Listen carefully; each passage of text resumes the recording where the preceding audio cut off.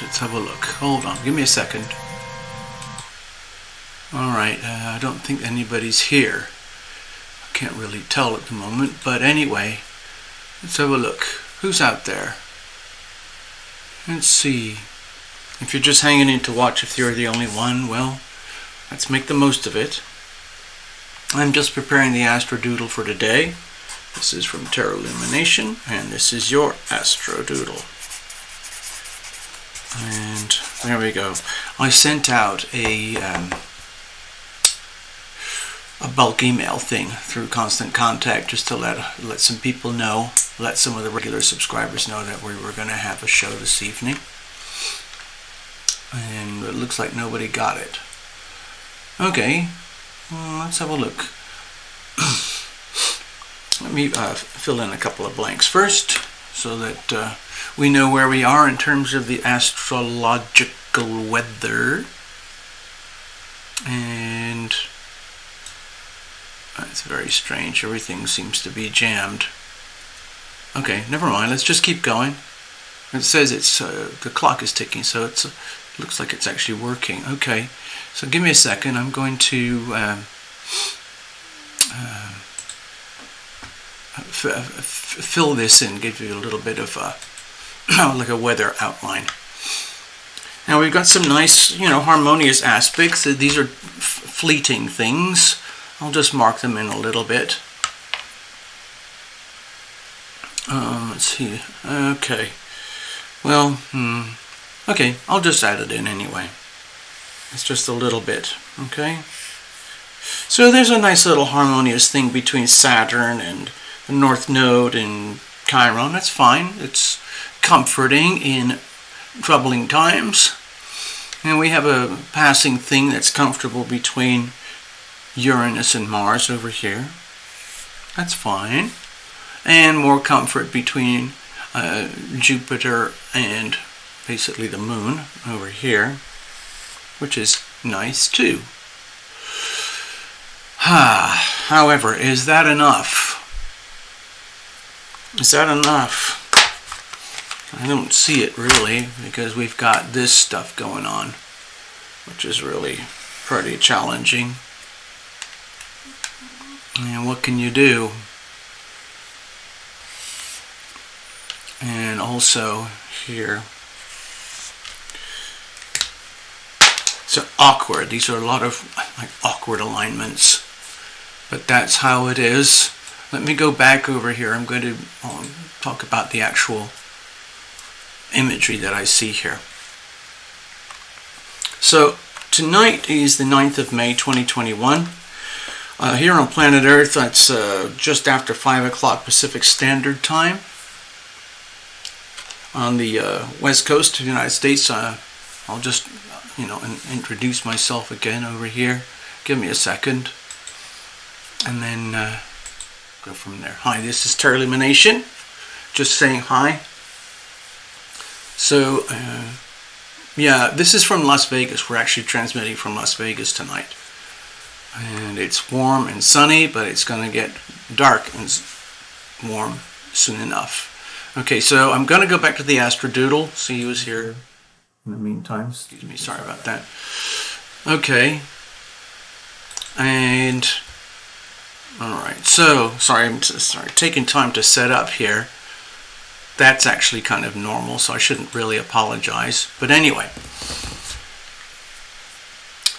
here's this is the really tricky part, okay? Pluto is stationary retrograde over here, all right?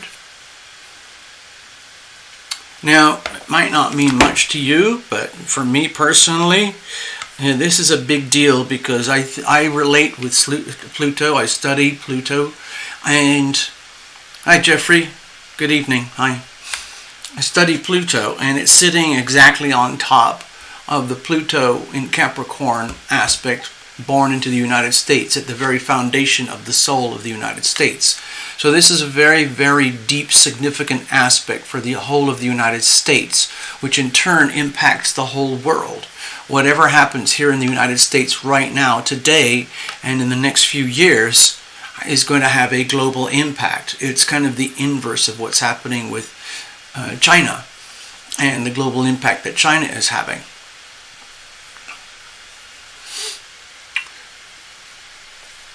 Over here, it's kind of an uncomfortable alignment. Well, it is just uncomfortable. Pretty much anything with Pluto can be uncomfortable if you haven't figured out Pluto and how it works in your life. Actually, there's some more harsh angles over here that I should really add, but they're not, I guess the big league professionals wouldn't add it, but to me, this whole region here is super stressed. Okay? What this indicates to me, again, is very much to do with global finances, global infrastructure, global values, global beliefs, the world of global money, global finances, what works for humanity and what works against humanity.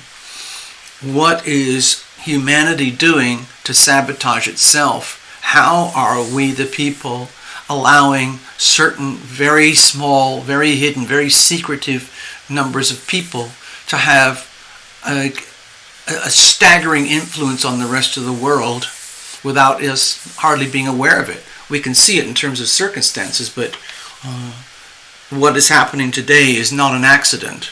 Hi, Love Driver.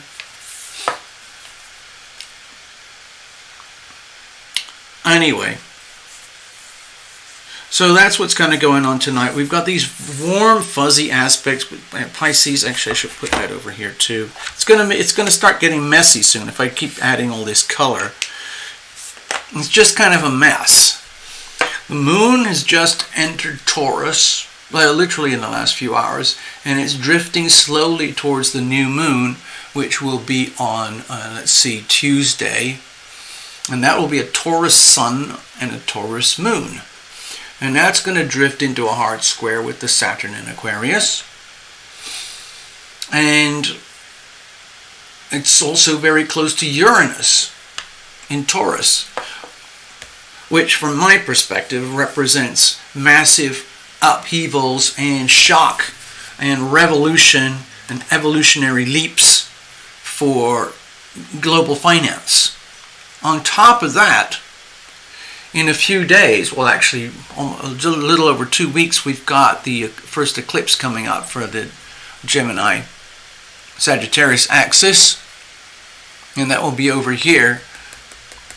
That's when the sun is over here in Gemini and the moon's going to be up here in Sagittarius. But we got some time to figure that out. But you might notice over the next 14, 15, 16, 17, 18, 19, over the next 3 weeks, you might start to notice that there's a build-up to a kind of a crescendo of awakening that I don't know how you will feel it in your life, because these things, this is just the universal chart for planet Earth. But the same gravitational pull that is, let's say, felt here by Earth is also felt by each one of us as individuals, depending on how you are configured at birth with what they call your birth chart. It could be the solar birth chart or the natal birth chart. They both tell very specific stories about who you are, where you came from and where you're going, and why are you here. Now, if anybody wants to get involved with that kind of stuff, I do offer personal consultations, of course. Some of you know that, and we do it through the Tarot Lumination Zoom system. And we can do a lot more there than we can ever do on these shows, because we have a very limited, let's say, limited range of language that we can use on the show here without getting into too much trouble.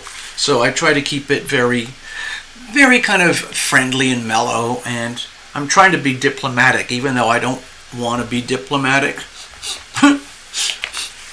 So, for example, look at it this way. Any of you folks out there who have very significant Taurus elements in your birth chart, be aware. Okay? Just be aware. Pay attention.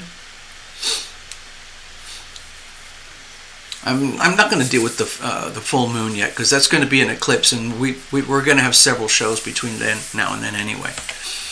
So I'm just going to put this aside. Mars in Cancer. That's an uncomfortable placement. Mars is not so happy in the sign of Cancer. Mars likes to get out there and do things and be something, get done what has to be done.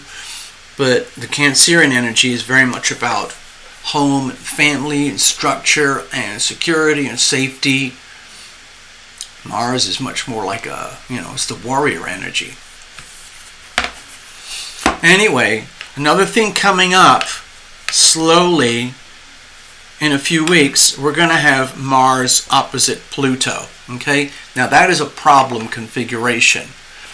It's the configuration of opposition which is going to be indicated in relationships. In other words, planet Earth relative to human beings relative to planet Earth, and how are we all treating each other as beings? How we're literally facing off with each other, and we might feel that there is a very a sinister, very let's say disturbing force going on that's very hard to identify and pin down, and there's a lot of frustration and pent-up rage and anger and desire to let's say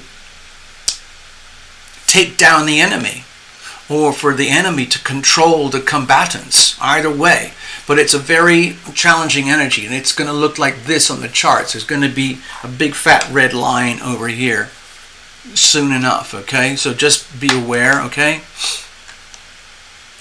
Oh, Love Triber just pointed out that Mercury's going retrograde soon. Okay. Actually, let me just double check now that we're here. Let me find it. I've got the notes somewhere. Yep. Okay, this is for May.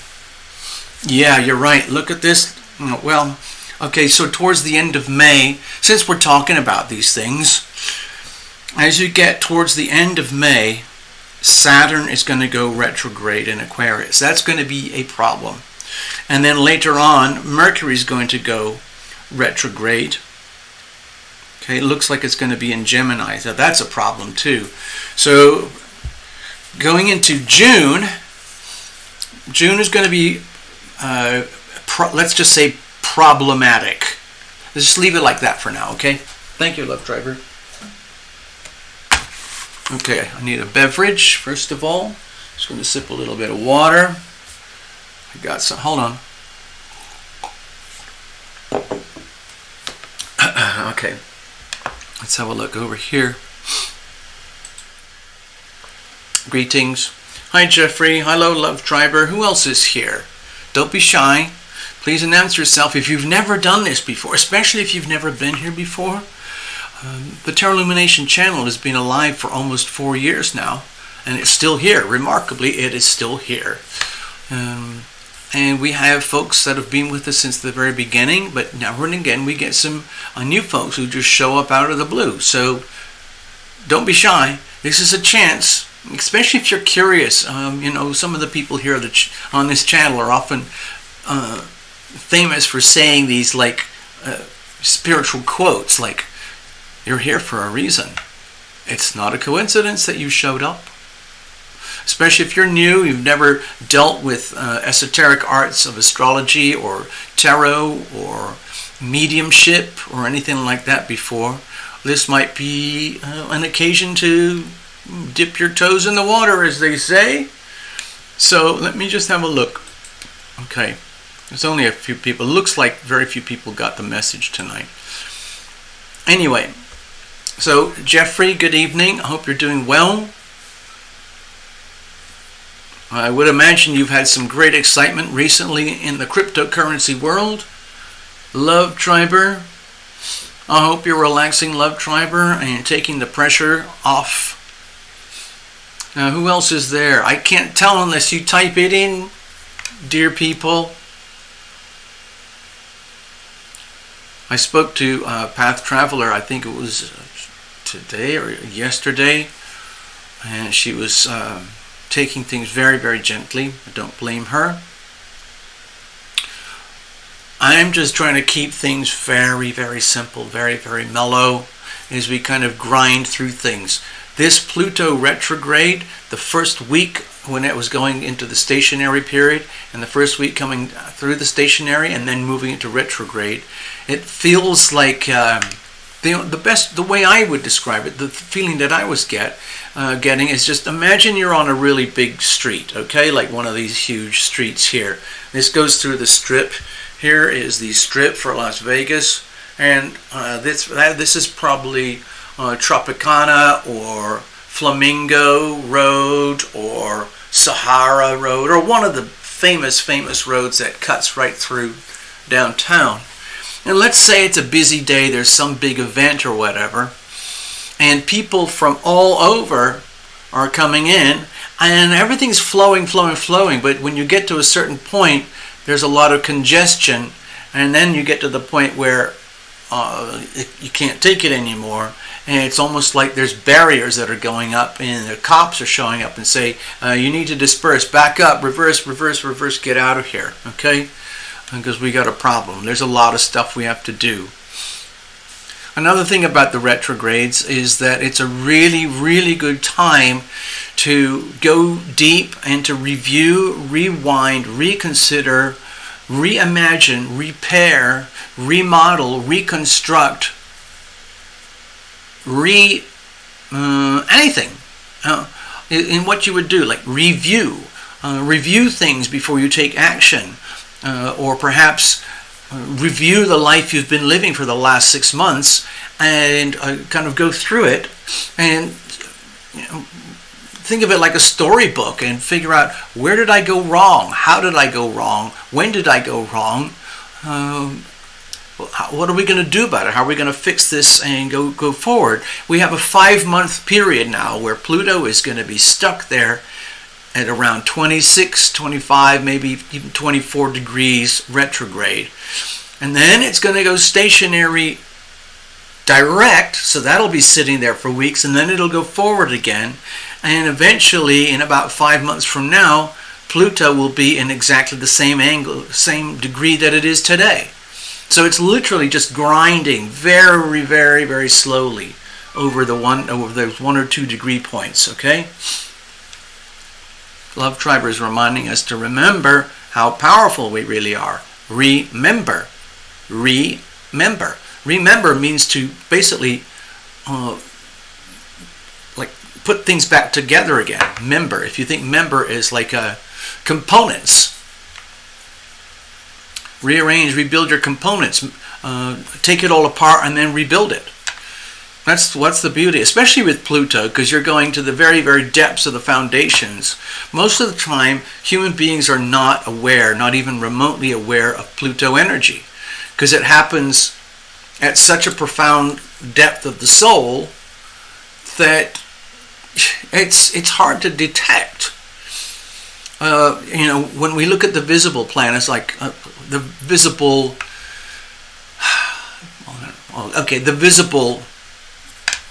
blobs in the sky: Sun, Moon, Mercury, Venus, Mars, Jupiter, and Saturn.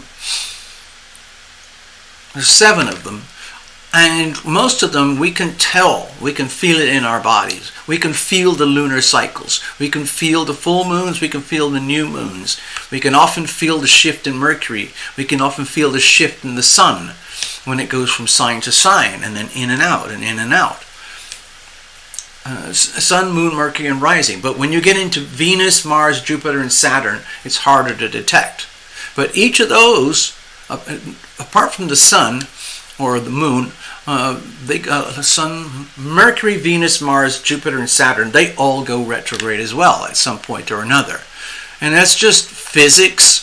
It's not like some weird wizardry or magic or anything. It's just pure, raw physics. The planets are just orbiting. But because we are on planet Earth and we're not at the very center of the orbit, we're off to the side. The Sun is actually the pivot point. It's the spoke. It's the hub of all the spokes and the planets. we sometimes visually see the planets look as though they're slowing down in their orbit and then moving backwards and then speeding up and moving forward again. I used to have a little telescope when I was a kid, and you could see the planets. I don't have any of that now, but anyway. It does affect us as human beings. Hello, Julia. Hey, Julia, where are you? I'd love to know. Let me get the map. Hold on. I'm very curious. I always like new subscriber. Yay! Oh, thank you.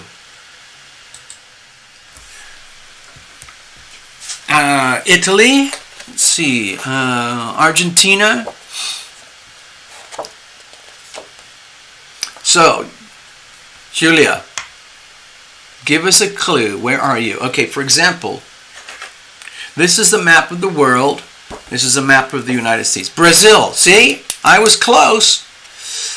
Okay, this is Terra Lumination over here at the beautiful home of Love Triber, where we are broadcasting right now. This is Las Vegas, Nevada. Okay?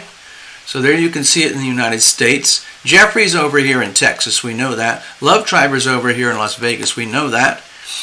And Julia is over here in Brazil. So, let's see. Rio, are you in Rio de Janeiro over here? What's the other big cities? Okay, that's good. To me, it's very, very satisfying. I love the feeling that live, right now, in real time, we have these, there's cameras over here and cameras over there. There's lights, there's microphones, there's all the softwares, there's the connections, the electricity, and the internet cables, and all of that. And it's all connected in such a way that we can do this amazing thing that we do live, okay? Fortaleza.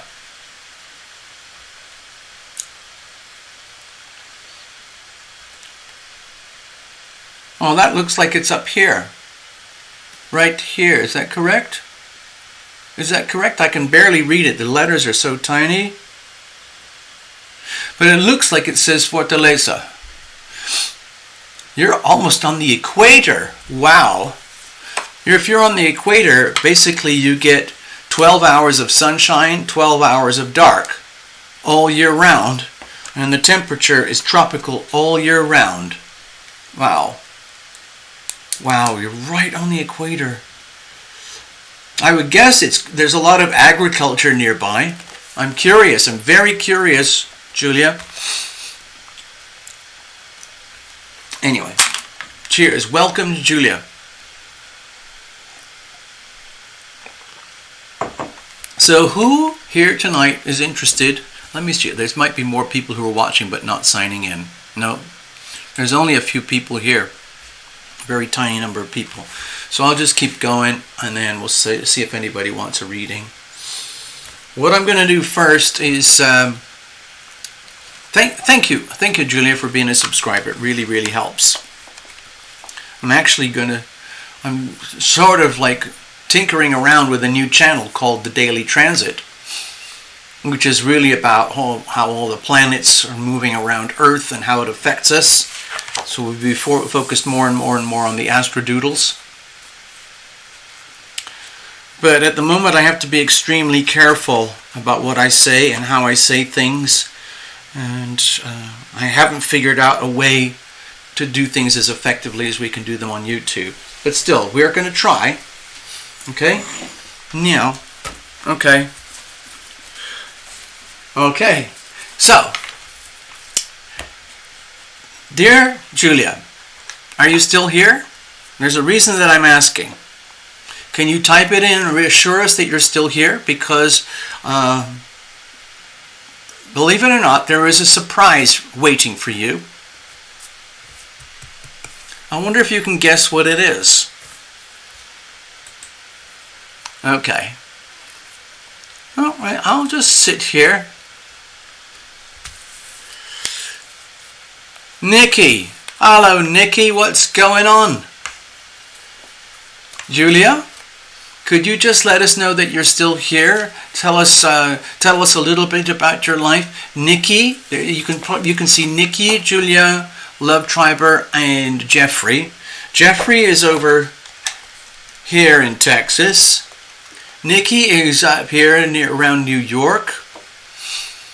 And Love Triber is over here in Las Vegas.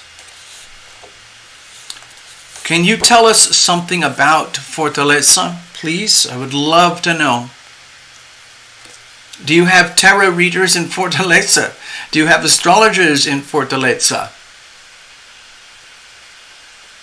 Over here. Okay. All right. Let me, I just want to wait for Julia. Okay, she's not responding. Hold on a second. Let's wait. Okay. Well,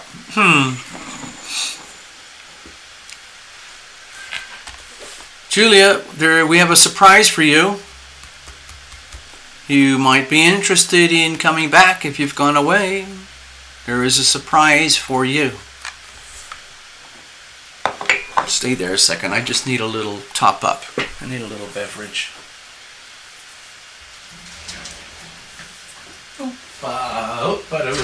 Okay, here we go. That's better. So for some reason things are extremely slow tonight. And I don't know why. I'd love to blame it on the planets, as you know. So that's what I'm going to do. Because I don't have any other excuse. There's usually some kind of reason. Okay, the chat is extremely slow. And there's a problem with YouTube, but I'm not going to dwell on that. Alright. I'm going to stay here for a little bit. I'm going to hang in. Okay, let's just go over here. I'm going to just check in with everybody. Julia.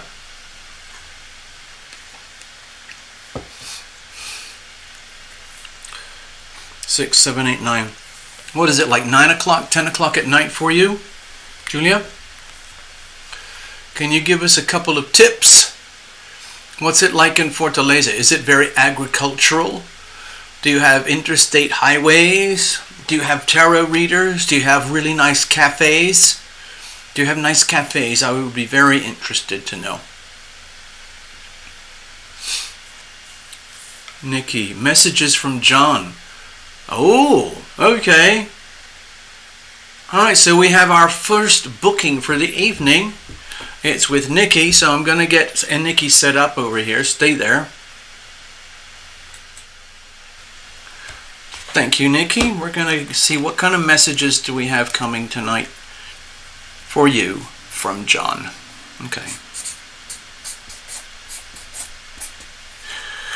Question marks, messages from John, Spirit Guide.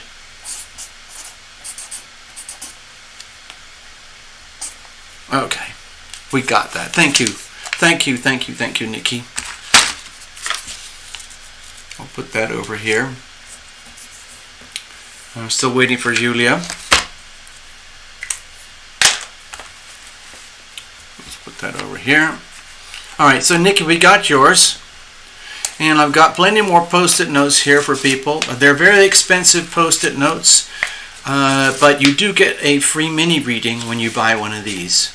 Typically people put in $10, something like that. It all helps. It all helps to keep Tarot Lumination going. Okay, I'm going to go back. Give me a second. Alright. So, how can we tempt Julia to get back into the chat so we know for sure she is there and she's ready, willing, and able to receive her surprise? Surprise, Julia.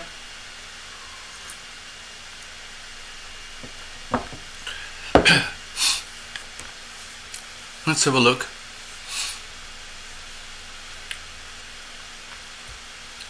Oh, I think, Love Triber, I think you're talking about Chris. I think Chris is the the I don't want to say clown, but he does like to have fun. John is rather more serious. Sort of, let's just say a little more muted. I mean, they're both wonderful. We've met several, but John and Chris seem to show up pretty regularly here. So for those of you who are not aware, Nikki, if you're whoever's watching out there, some of you may be watching without typing in. I have no way to tell who's there unless somebody actually types into the chat and you introduce yourself. But in case you're wondering, like Love Triber, for example, is a professional reader herself. She works with actual gaming cards, like you would have in Las Vegas casinos.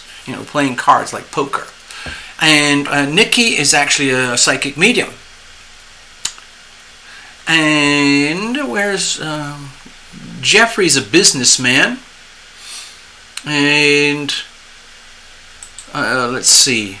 And I was just going to say, where's Ivona? Where is Ivona? Hello, Ivona. Ivona is very connected to animals. Connected to her animals, let me say. Thank you. Good evening, Ivona. How are things going over there? Nikki, that's Chris. Yep, got it. Okay. All right. Julia, I'm just sending out another reminder. Please check in. Hey, Starzy, what's going on? The chat stream is incredibly slow tonight. Okay. I hope you still get your connection over there in Fortaleza, Brazil. Because for you, Julia, wow, Jeffrey, you're on a roll. Okay, let me go over. Let me sort out Jeffrey before I get distracted here. Hold on. All right, Jeffrey, let's get you lined up. Wow, that is so exciting. I'm really keen to hear more about this.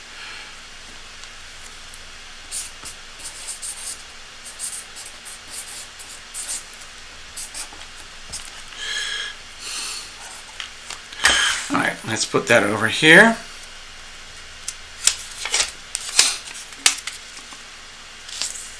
Thank you, Jeffrey. So we got a couple readings lined up for the evening. Thank you all for showing up. Very kind, very generous. Hello, Starzy. Hey, Starzy, remind everyone, where are you? Okay, let me just do this again. Ivona is over here. Nikki is over here. Jeffrey's over here. Lumination is over here. Love Triber is over here. And Starzy, where are you? I always have to ask because I don't really remember very well.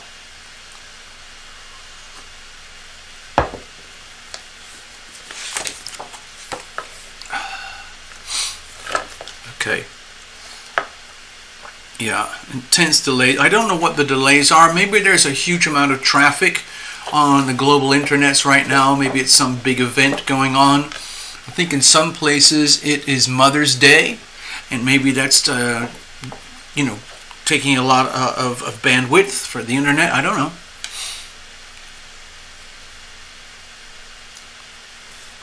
Okay, that's very interesting, Jeffrey. You met the guy named Paulie, and he was interesting and one of the owners of the buildings, but he didn't give you a price. Aha. Starzy's back in Florida over here. Okay. So Starzy's back in Florida. All right.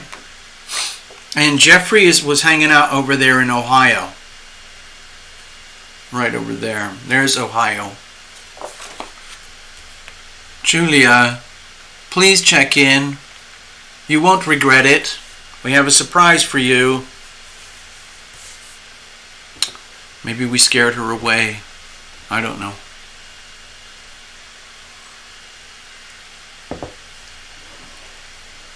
Oh, man.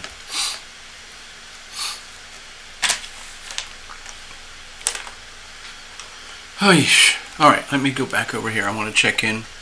Sorry, I'm just basically hanging out until we get in the groove here. So zoom. All right. So.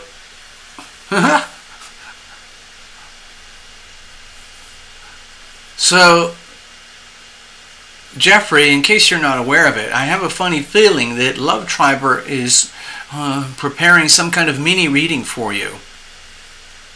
You know? She does readings that are very different from mine. But they are readings, and they're like... what's the word for it? I don't know how to describe it, but...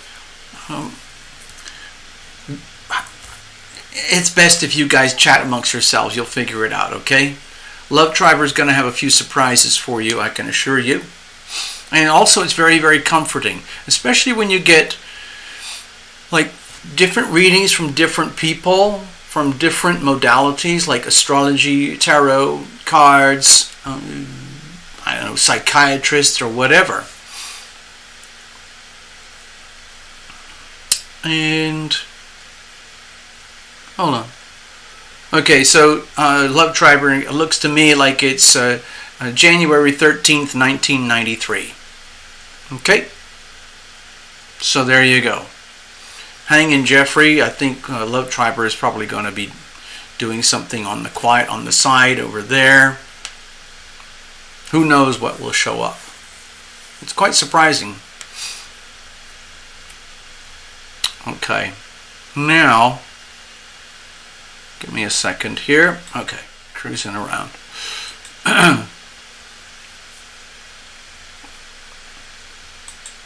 Alright, what I'm finding strange... anyway, okay, let's do it this way. I'm just going to carry on, but I would love it for Julia to get back in touch with us when you have a moment, because we have a surprise for you. It is a nice surprise, so you won't regret it. My guess is that something is happening and it's outside of your control, and so you're not able to hang out, or you suddenly got very shy. I'm not sure what it is, but anyway. Please type back in, let us know.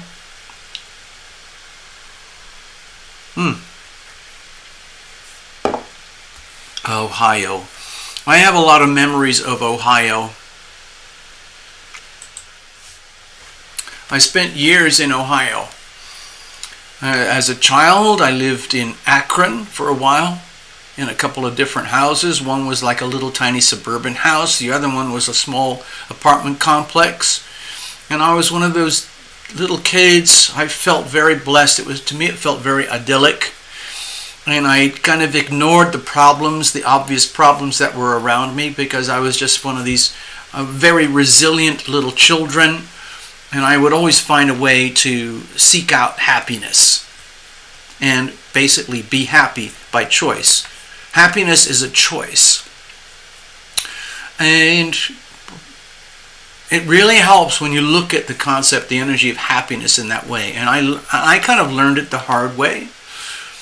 And when, let's say, when you're surrounded by stress or intense stress or deep challenges which are soul crushing, mind crushing, body crushing, and you're facing basically death of mind, body, heart, and soul, but something inside says to you like, no, this is not over, then what's happening is it's your natural immune system being triggered to rekindle the energy of life. Okay? In other words, the desire to live despite all the challenges. A lot of people kind of go around living life, I would call it on autopilot, because we have extremely complex, very elaborate, automated nervous system, which does pretty much everything for us. Even a lot of our consciousness, a lot of our so-called thinking, a lot of that is reflex behavior. We might tell ourselves that I'm a really fully conscious being, and so on, and that's great. But when you dig in, you realize, wow, everything's going on autopilot. It's just reflexes, reflex behavior, action, reaction, action, reaction. And when you realize that there's something more than that, there's consciousness where you can witness actions and events and periods, experiences and people around you doing this, doing that, amazing things happening, bad things happening, and you don't necessarily have to react.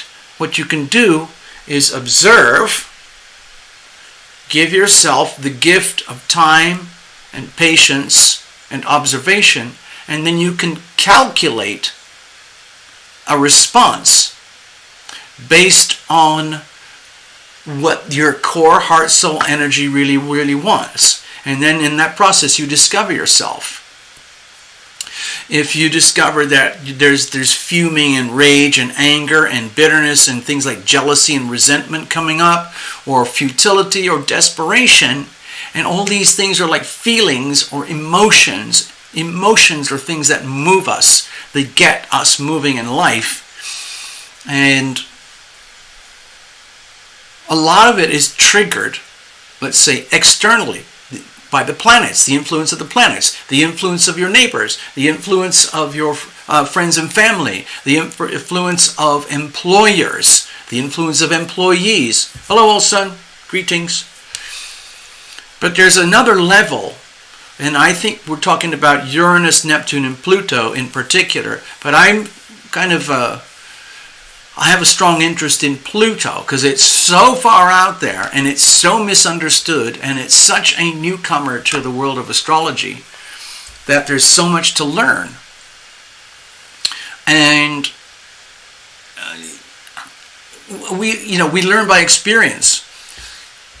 And so what I think is happening right now, like with Pluto basically heading retrograde 26 degrees Capricorn on an extremely sensitive part of the United States of America's soul, the soul of the United States, we're discovering anything and everything that can go wrong, that has gone wrong and will go wrong, and why and where and when and how. But it's happening at the absolute bedrock level of the soul of America. So it's not easy to figure out. Imagine gold mining, for example, and you've discovered that very, very, very, very deep down there is these massive veins of gold. But how do you access that? How do you extract that? How do you get it out of the ground? How do you bring it up to the surface? How do you bring it into its full glory? It's difficult, okay? Okay, I'm glad you guys are all checking in. Hi.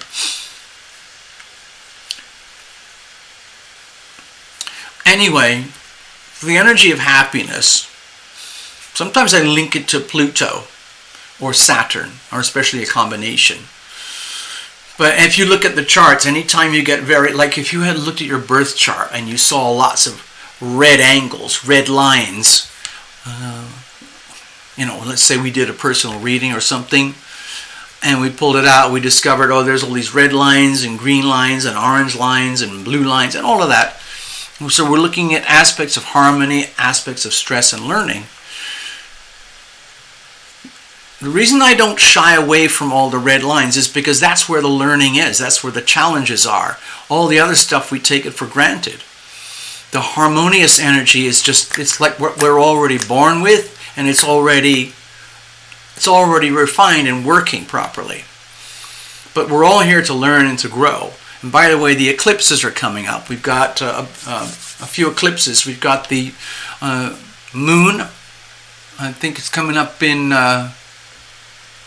on the 26th. We've got a full moon eclipse. Okay, so that's when the sun is in Gemini and the moon. The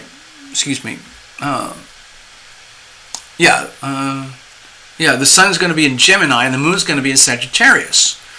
So the issue of relationships is going to be paramount, okay? But it's also aspecting the nodal axis of planet Earth right now, and for humanity. So there's going to be what I perceive from my perception, we're going to be dealing with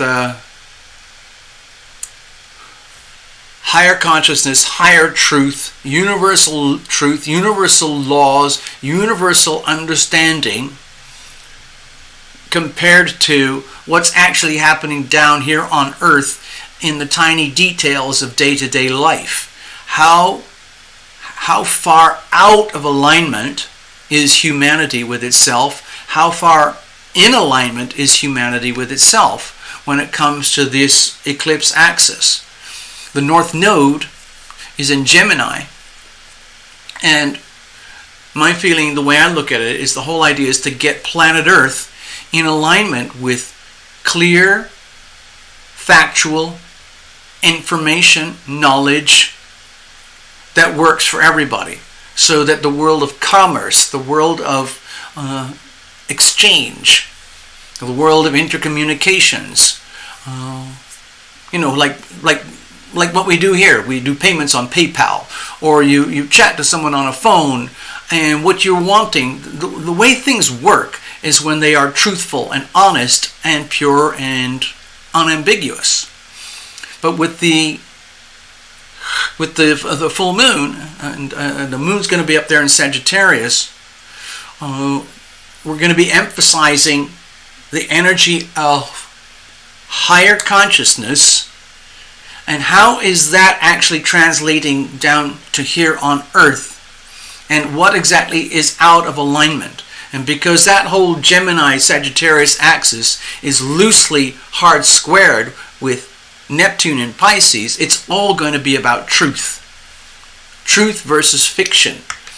And we're at a point now on a global scale, I don't know if you guys have been noticing it, ladies and everyone, that there's this huge disparity between truth and fiction, fake and real.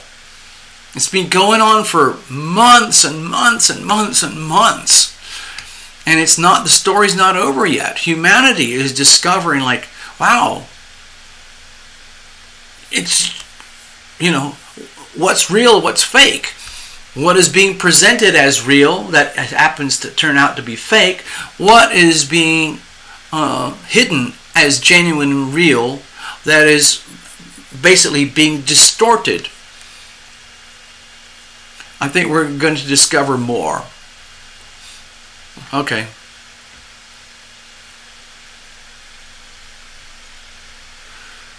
So, Jeffrey, whether you like it or know it or not, you're getting a little mini reading on the side. There you go. Julia, if you're there, please check in again. I'm just going to go check in for the numbers, seeing who's around or not. Okay. Okay, so a few more people showed up. That's great. So again, if you've never been here before and you're interested in having a little mini live tarot reading, we do it by donation. You can use the super chat, clickety-click, just swipe your card through the super chat. Super chat button is right down there with the $ where you type in the chat.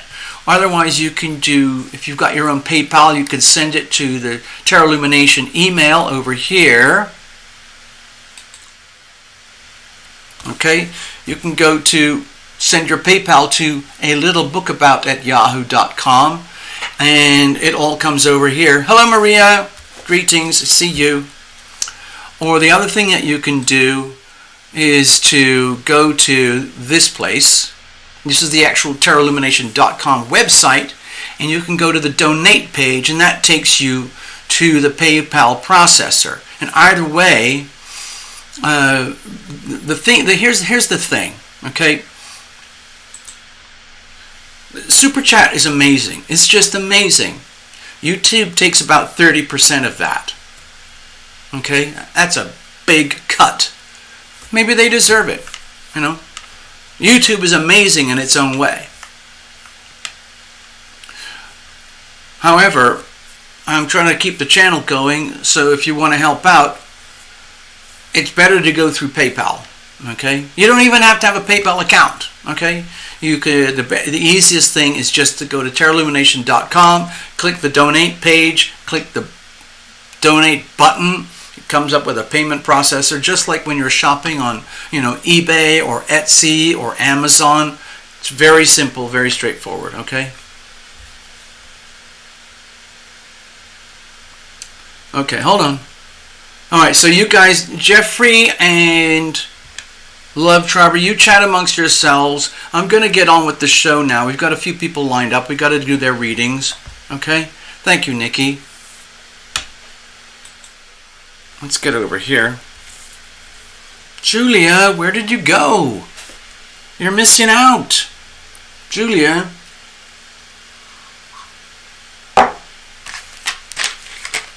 Okay, I'm going to put this out of the way. We'll come back to it later as needed, okay? Alright.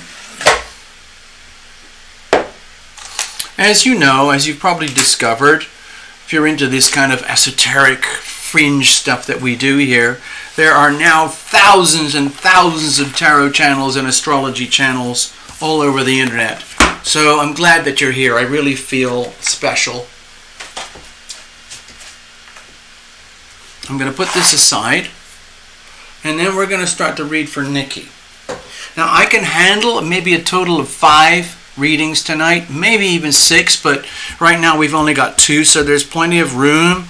I got 1, 2, 3, 4, 5. Okay. So I'm just going to kind of drop some hints like this, if anybody's interested. First of all, let's put Nikki over here. Jeffrey's up after Nikki, then who knows, and then who knows what. Let's leave it like that. Let's leave it like that for now, okay? Alright, so let me just double check that I'm not going to do any damage here. I'm going to pull out some sweet kind of.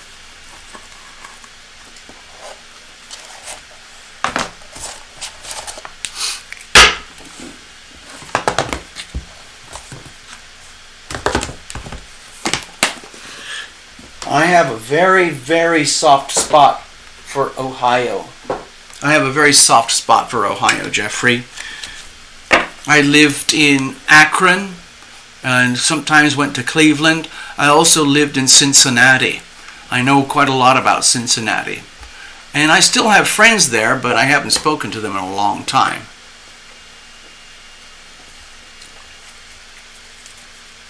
One of the things I like about Ohio is that it's very American in a kind of a traditional sense. Okay, I'm not trying to sell it or get into the politics, but Ohio, it's kind of got that middle America classic feel to it. It has 4 seasons, very distinct seasons. Summer, fall, winter, and spring, okay? You need 4 different wardrobes. Well, actually 3, because you can use the spring and the fall wardrobe for the same. So, Jeffrey, depending what part of Ohio you might end up in, you might need huge duck boots for winter, huge thick insulated boots, and snow shovels and snow blowers and heavy winter coats and rubber boots and shoes and earmuffs and hats for the winter, especially if you're up near the lakes. In summer, you're going to need air conditioning, especially if you're in Cincinnati, down in the pit. Okay? And Ohio is very stable, economically very stable.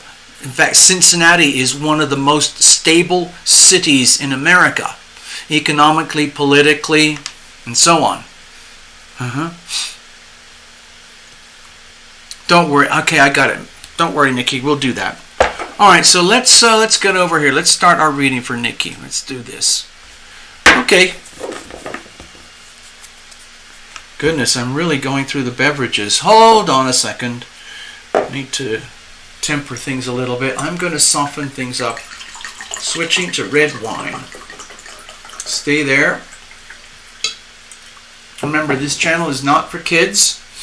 I don't make this for kids, so I get to have a chance to do things that other channels can't do.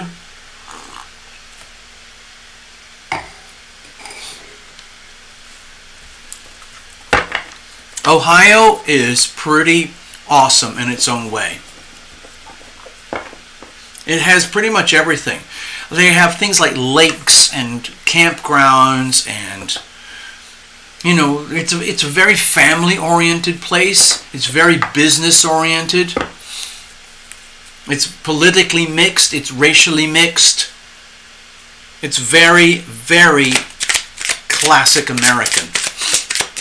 All right, Nikki, let's see what's going on. What kind of messages do we have? Excuse me, I'm not going to do those jumpery things. I don't do reversals or anything like that, in case anyone's watching. I know some readers do very, very complex spreads, very elaborate shows and all of that, and that's great. I like to keep it really simple. I like to think this is sort of like Jiffy Lube, going to a, psychic Jiffy Lube or a psychic Pep Boys. You just get in there, okay, you do what you got to do.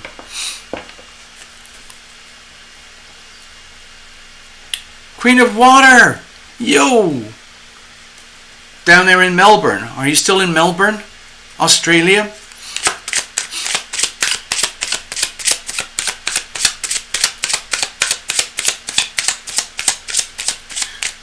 Wow. No, Queen of Water, you're good. I have room. It's been very, very quiet here tonight. We're doing a reading for Nikki. We've got one for Jeffrey. And I got room for a couple more. So yes, please, Queen of Water, go ahead. You already know what to do. There's a... you can do the super chat, or better still, do the PayPal. A little book about at yahoo.com for PayPal, or you can go to terralumination.com with the donate page, okay?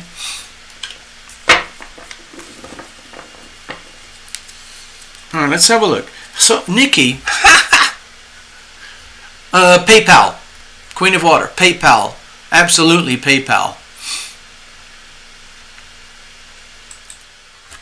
So, Nikki, we kind of have a history here of working together, and it's very beneficial for me because I always grow and learn. Every time I do a show and we do readings, I always evolve and grow and learn and adapt to another level, okay? Thank you, Queen of Water. Correct, that's it. You send PayPal, I get PayPal. So, you know how sometimes I get impressions from animals or people's clothing or people's mood or their energy field or some kind of hidden message that's inside the client? Well, for other people who are watching, in case you're not aware, Nikki is a medium, and she has a very vivid, rich collection of spirit guides, and one of them is called John. John tends to be very, I would say, conservative, kind of serious-minded, and it's very strong energy. The same thing with Chris. They're very different, and I know Nikki has more than that, but that's mostly who we meet on the show here. So let's have a look. So what I was trying to say is that while I was shuffling just now, Nikki, I was just getting prepped up, getting kind of in the zone, the first reading of the evening. And I felt a very strong presence of John on my shoulder here in a very, I don't know what the word is, like wholesome kind of way. It's like this sense of reassurance, like, hey TL, just don't worry about the details here. Just know that what we all do here is really special, and it's kind of unique, and we're all here for a reason. And it's almost like this sense of mutual respect between the different parties. Like, it's an honor to work with you. Okay? It's an honor to work with you.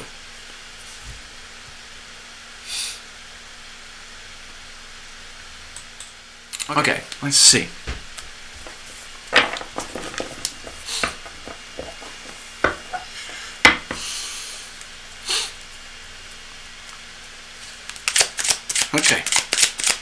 Actually, the cards are pretty well shuffled. I just want to go to the last second so that you're a witness. Thanks, Nikki.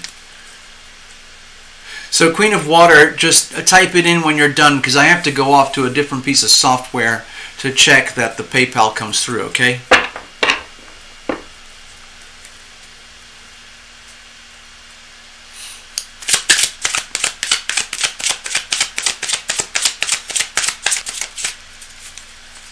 Alright, let's see. What kind of messages do we have for Nikki tonight, specifically through John? John is one of the spirit guides for Nikki. Could be anything. It could be absolutely anything. It could be friends, family, finance, health, relationships, career, who knows, money, could be anything.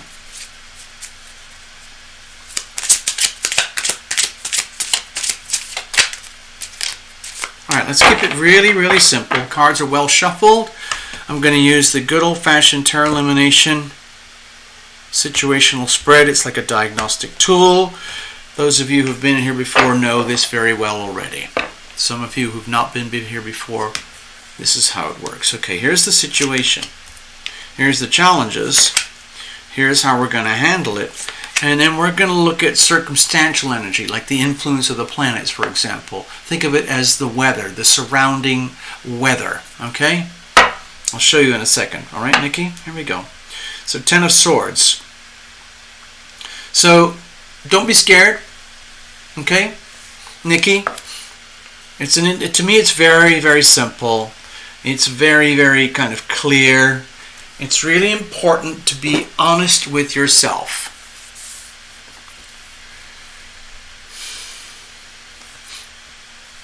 I'm putting a lot of...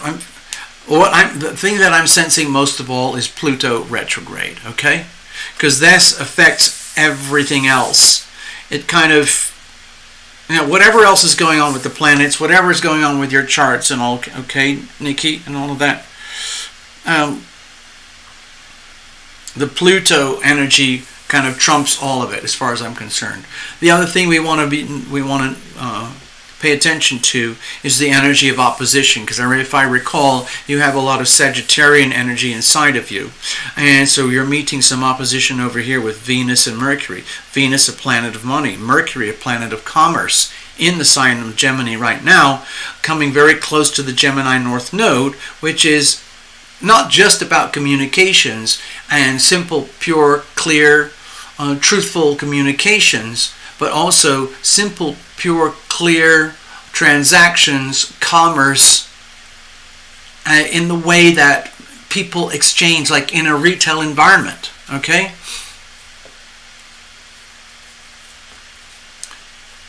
Basically, it's like when you go grocery shopping or when you do something online, you trust that the retailer is doing everything honestly, and you're trusting that the banking and financial system is doing everything honestly, and then you are relating to all of them in an honest way. But sometimes things go wrong. Like there's a glitch in the matrix, or the product is faulty, or there was a misunderstanding on the agreements, the financial agreements.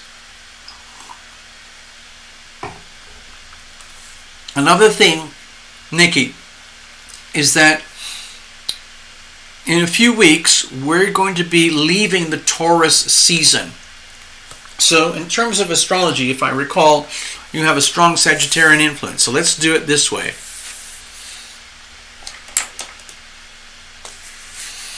I'm going to put Sagittarius on the horizon, okay? Just like this. Okay? So the planets are whizzing around doing their thing. There's a lot of emphasis over here on this side of your chart from a solar chart, okay? I'm using this as the solar chart. So what's happening right now is we're building up to this period of opposition, okay? This is the first house of the solar self. This is the seventh house of the solar self. And as you can tell, we're starting to build up to that point of opposition. Venus and Mercury are already there, but eventually the Sun is going to be here in Gemini too. And soon after that, 3 weeks later, we're going to have the Moon in Gemini. Okay, So this is building up to a period of opposition. And when you are in a period of opposition, sometimes it's stressful, but one of the most valuable things about it is that you get clear understandings of what is working, what is not working in relationships. That could be relationships with bankers, partners, spouses, friends, families, any kind of significant one-on-one relationship. It becomes very clear, it becomes exposed under the opposition.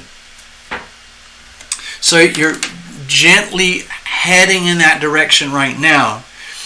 And I think this is kind of like, when I see the Ten of Swords here, and I'm trying to relate this with John, it's like, it's good to know in advance that you're heading to a pressure point where, if you're going to be honest with yourself, there's certain things you just can't take anymore, and things become unworkable, intolerable, to the point where it's better to accept that and understand that rather than pretend this is not happening. So this is not the end of the world, but it is a kind of culmination. For example, if you have been operating in a very compromised manner, if you've been operating in a very diplomatic way with workplace, love, family, relationships, all of those kind of things, simply because you're a loving person, that's great up to a point. But at another level, it becomes, let's say, counterproductive. And diplomacy doesn't work anymore. Compassion doesn't work anymore. Patience doesn't work anymore. And you're left with the realization like, wow, I can't offer anything more than I've offered already. And a lot of what I'm doing already in life, in the world, is being done out of kindness and generosity of my natural core self. And that's fine if you're totally happy with just completely giving with no reciprocal receiving in a way that is appropriate or matches what's happening with you. And a lot of times people don't want to acknowledge or sense or understand this, because it's kind of like a rude awakening. Like, wow, like, oh, I thought this and this and this and this was going on, or I thought that was going great, and I've been really nice. I've done this and that. I'm being the best Nikki I can possibly be. But deep down inside, there's certain elements in your world, your life. I think we're heading into this. I look at this as the weather. So be prepared, Nikki, in advance. Like, look at this as a weather forecast. We haven't got to the reading yet itself, but in advance, like, be prepared to deal with the reality that there's only so much that you can do. There's only so much pain that you're willing to handle and take on in life before you have to draw a line and say, that's it. I can't take any more. I'm very kind, I am loving, I am loved, and so on, but there's only so much I can take. After that, I'm falling apart. Okay? And that's not healthy. Okay? Martyrdom is not acceptable for you, Nikki. Martyrdom is not acceptable. Okay?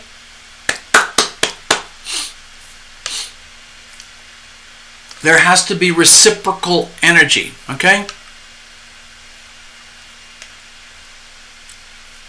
Let's have a look. Let's see the situation. Okay, with Judgment. Okay, so there's a screaming loud message here for liberation. I want freedom. I want my own freedom in my own version, my own interpretation, my own understanding of freedom. Now, this could kind of like happen on different layers of how you interpret freedom for you, Nikki. So it could be freedom from, let's say, manipulation, freedom from burdens, freedom from workplace obligations, freedom from relationship obligations, freedom from financial constraints, some kind of very, very powerful energy of like, I want to break free. Do, do, do, do. I want to break free.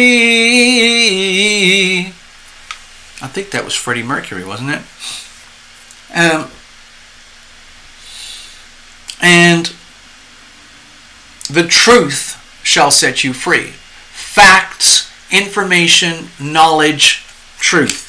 And so with all the swords energy here, it could be to do with communications or miscommunications, like words, language between yourself and your loved ones, friends, family, relationships, co-workers, all of that, where you get to a breaking point where there's only so much bullshit that you can handle, and then anything.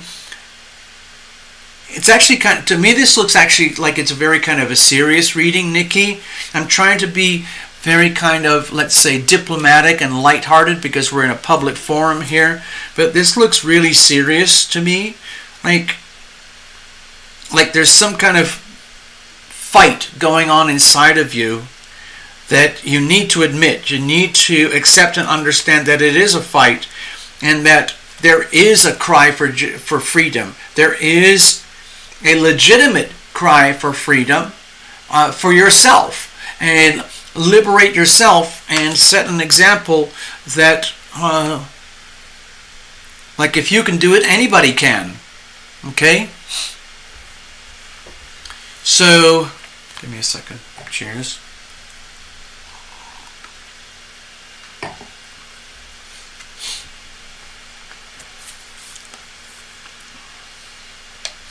What's the challenges here? Let's have a look.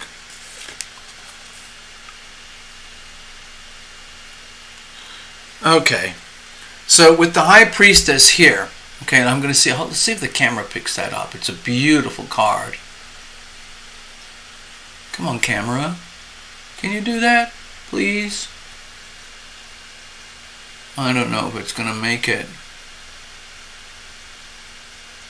Look at that. Okay.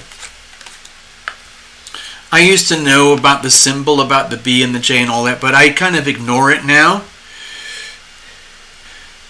To me, it feels like the real problem is, Nikki, is that truth is being withheld. Reality is being withheld from you, and you are being presented with, in some ways, what appears to be like a mystical illusion, and the illusion is so convincing that it appears to be reality. Okay? That's a serious problem, because that's kind of very symbolic of what's happening with the United States right now and the rest of the world. What is real, what is not real? This is very Neptunian energy here, and sometimes wherever we look with Neptune, it's very common to find things like disappointment, disillusion, feeling of betrayal. You could go on and on. Betrayal, treachery, lies, deception, manipulation. And the thing is, Nikki, you're highly vulnerable because basically you're a really nice person. And when you live the life of a really nice person, it's very easy to get played. Okay? And even you, Nikki, with a high degree of high sensory perception, sometimes it's really, really hard to discern between what is real and what is not real compared to what is out there. Okay, so I'm going to go back to that Gemini-Sagittarius axis. Give me a second, Nikki. Hold on. Okay, so I'm getting this weird, it's not weird, but this comforting energy that John is basically saying, thank you, TL. I knew this was going to be, frankly, a miserable reading, but it had to be said. Okay? So it's like, it's a relief that he can work through me to go to you, and so on and so on. And it makes it actually easier and perhaps more digestible. What it feels to me, from what I'm getting here, Terra Lumination is getting, let's say, through John from heaven above, is that no matter how psychically, spiritually, emotionally you are evolved, you're still in the process of evolution, just like the rest of us, okay, Nikki? And you're kind of to me it feels like you've reached a plateau where you've kind of like met your match, where you're kind of at this point of ambiguity, like, oh, whoa, what's real and what's not real. It's so important, because it's really easy to brainwash ourselves. It's easy to brainwash other people. It's easy to allow other people to brainwash us. But none of that is healthy. It's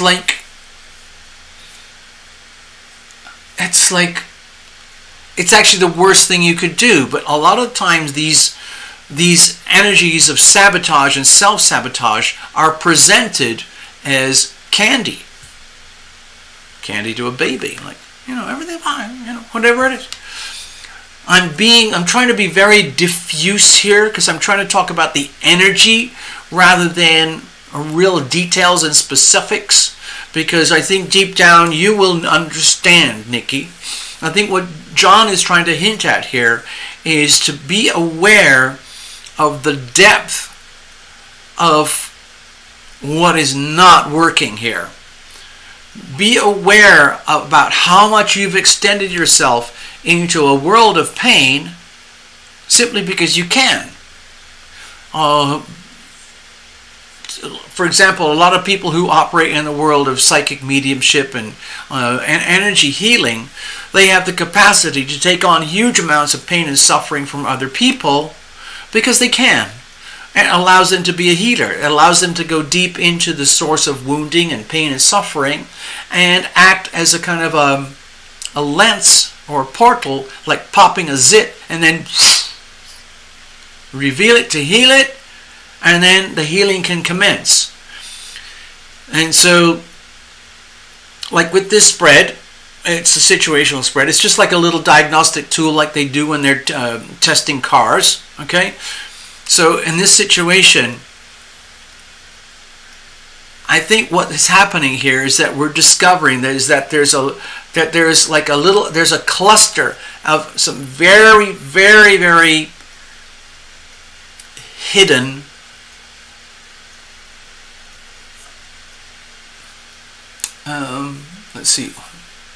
aspects, dynamics that are happening in your life right now that appear real.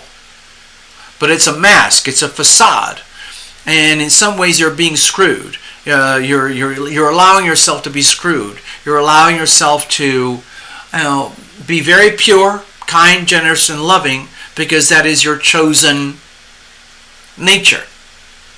But guess what happens? The higher up you go on that ladder of compassion, the more and more likely you are to attract, let's say, exploitation of that compassion. And that's not good for you. And there needs to be something reciprocal. You have a right and a duty to be loving, be loved, and in a kind of way that's got parity, equalness, okay? So that you don't have to suffer Ten of Swords in a very secret, private way, and you don't have to pretend that everything is true and honest and straightforward when it isn't. It's time, I think the reading is saying, like, it's time to break free. Now, what does that look like? I don't know. Let me go back over here. Nikki, in case you haven't got it yet, this is a very awkward reading, okay? So the Five of Wands. Okay, so to me it looks like a pretty simple resolution here. All right, let's imagine this is this fellow over here. That's you, okay, Nikki? And you are facing all these combatants. And there's no actual pain or suffering here. This is like what, ultimate fighting champions do. They practice, okay? It's like what athletes do. They practice and practice and practice.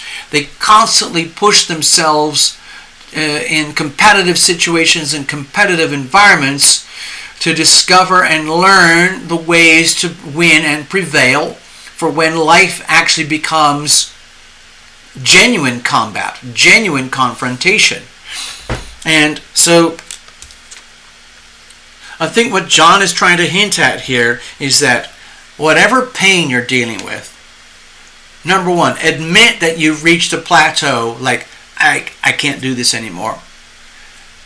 And you don't just whisper that to yourself. It's an open declaration. It's time to declare, I can't do this anymore. I don't want to do this anymore, whatever that might be. Jobs, career, relationships, family, money, whatever it is. I'm sick of the BS. I'm sick of it. I put up with BS for too much for too long, and it has to stop. That's the message from the weather. You can look around you. You can say, okay, so how are we going to deal with that? Number one, it's very, very loud and clear. I have to break free. It is your job. It is your duty. John can't do this for you. You're actually going to have to be the one that declares, I want to break free from everything that is, let's say, an illusion. I don't want to live in a world of secrets, in a world of mystery, in a world of constantly changing, let's say, optical illusions that are presented or that appear to be reality. It's not acceptable anymore. And so at the spiritual level, I think what John is saying is, however painful this is, in your three-dimensional reality, think of the Gemini new moon, okay? In about 5.5 weeks. And also the Gemini Sagittarius full moon eclipse. Consider your life, your world, your relationships, and treat it as a learning experience. Like, in other words, all the pain, confusion, deception, betrayal, and lies that are going on, which are happening, by the way, it's happening for a reason. It's happening for you to learn how to grow and mature even more and above and beyond where you are now. And that's the thing about evolution. Eclipses are like evolutionary gateways. You enter in here. I used to do all these things on the videos and, monthly reports and stuff. But it's like you're living life, chugga, chugga, chugga, chugga, chugga, chugga, chugga, chugga, chugga, chugga.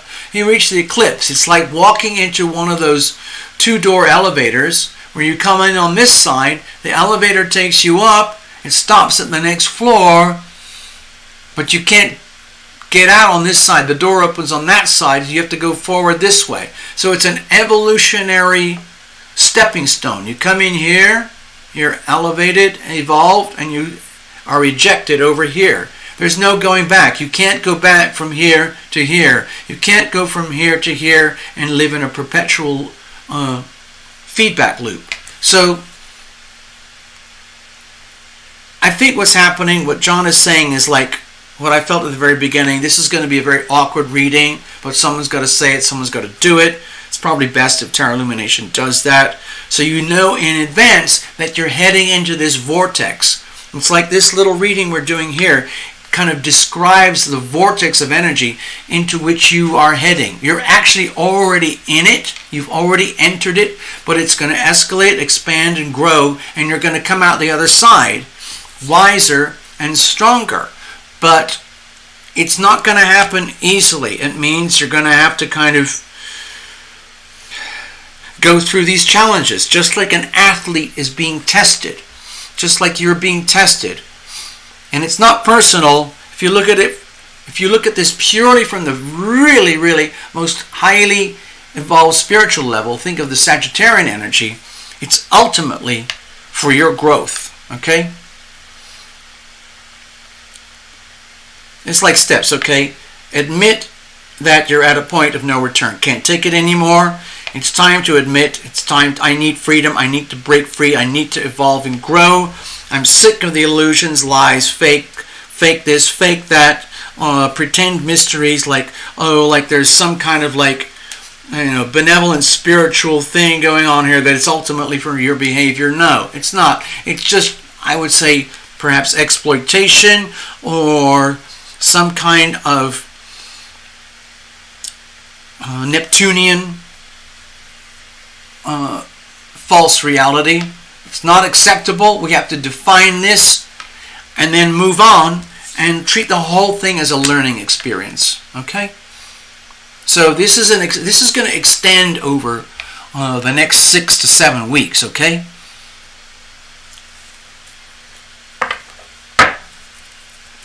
Thank you, John. Thank you, Nikki. I hope that reading made some kind of sense to you, Nikki. Jeffrey, you're up. Now, it looks like Queen of Water got a reading. Let's have a look. I'm just give me a second. I want to go check a few things here. Stay there, folks. I have to go and check check a couple things. I'm gonna go over here, and I'm just checking, double checking. Yep, got it.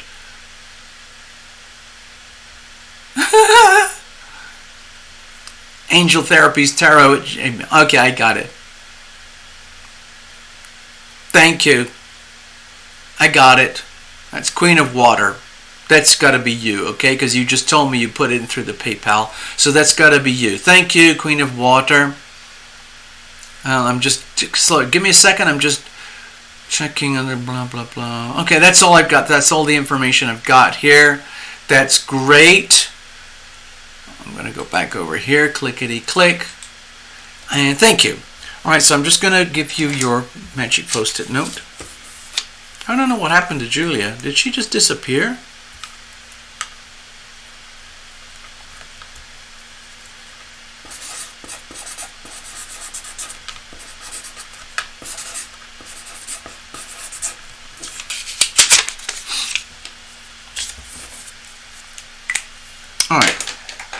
All right, Jeffrey. So you've already been busy working with Love Triber.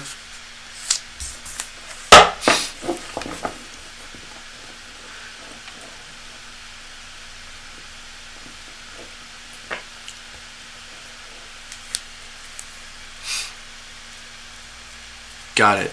Okay, I got it, Queen of Water. Falcon's double barking. Double barking. Oh. Hi, Path. Did you just show up? I didn't see you earlier.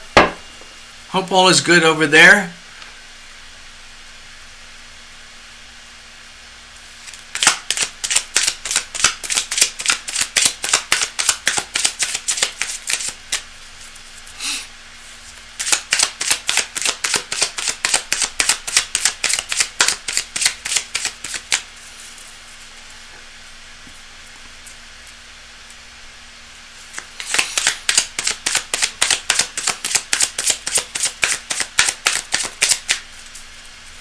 Okay.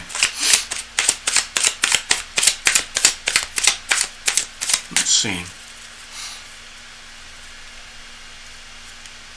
Whoa, I see your notes. I see your notes there, Queen of Water. I'll read that out loud.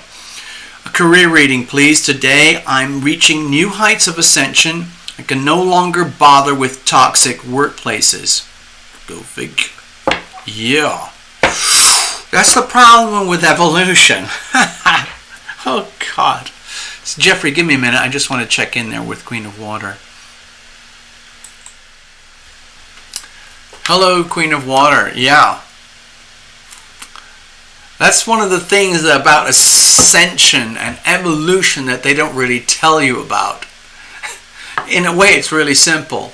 If you're on a path and you're kind of going this direction, you would think, oh, life's going to get better and better and better. I'm ascending higher and higher and higher. I'm going to be richer, happier, more joyful. Everything's going to be beautiful, lovely. I have a closer connection with God and the angels. That's great.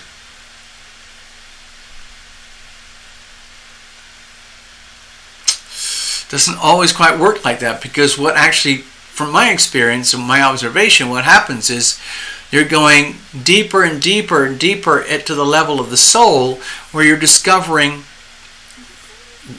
more and more complexities, more and more challenges that you never knew existed before.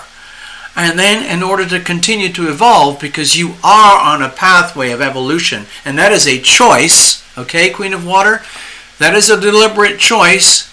What you realize is it's like growing pains. You're like, oh, I'm evolving.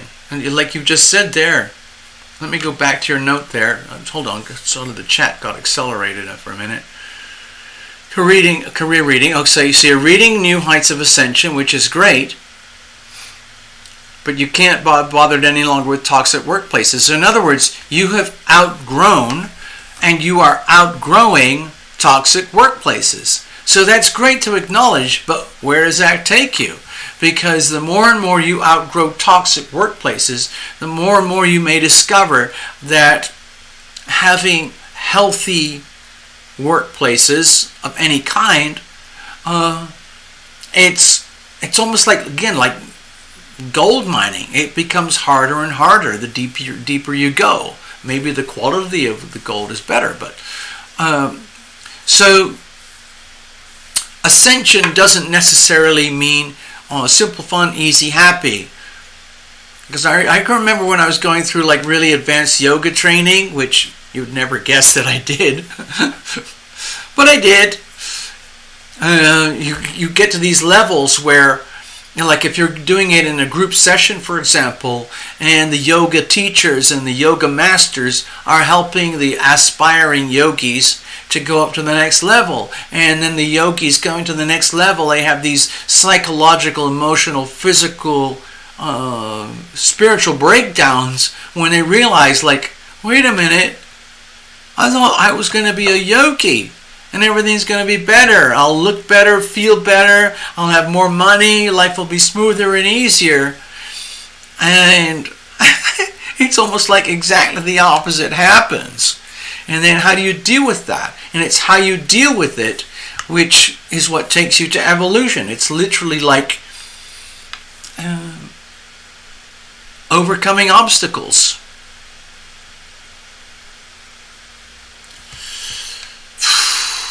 Okay.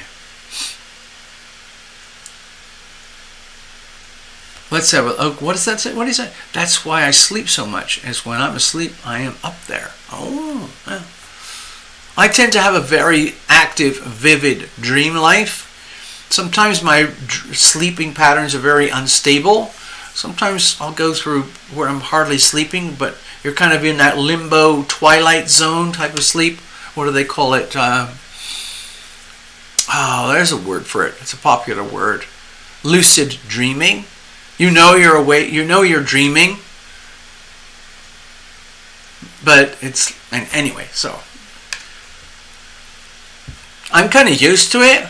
Everybody has it to some extent.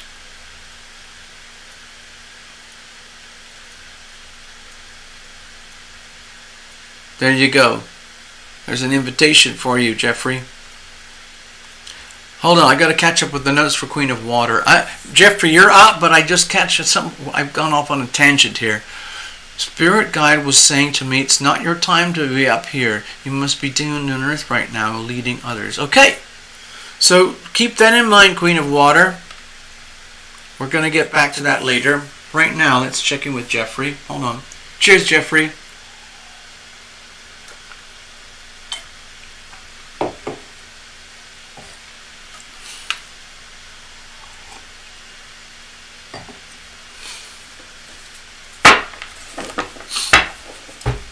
It's funny, you know what, Jeffrey? I just saw something on this chat there a while back where you were saying how a bunch of your relationships are with Piscean people.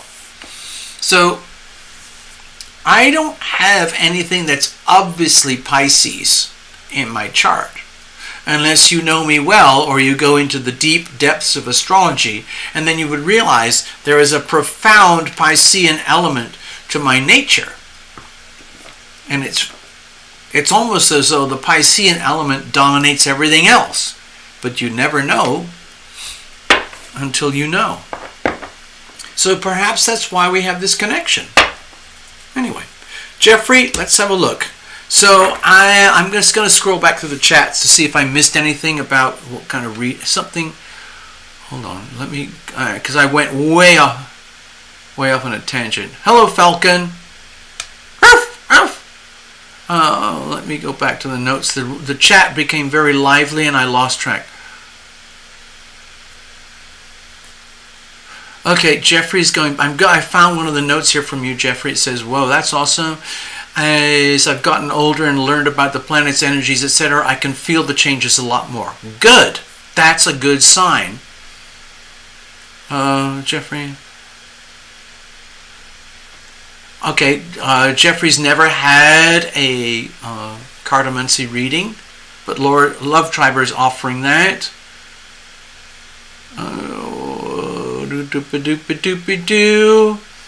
28th year. By the way, Love Triber and Jeffrey, if you end up working a reading, be aware that you're heading towards a Saturn return. Okay? Okay? Oh gosh. Okay. Oh, okay, there's... Okay, I'm going way back in the chat. It says, Jeffrey says here, I know I'm going to need some partners. I'm just trying to make sure that I have a foundation set before I approach people. Okay? Understandable. Okay, so I'm going to go back to the reading. I was just checking through the chat, see if I missed anything. Okay. Alright. Alright, let's have a look. So,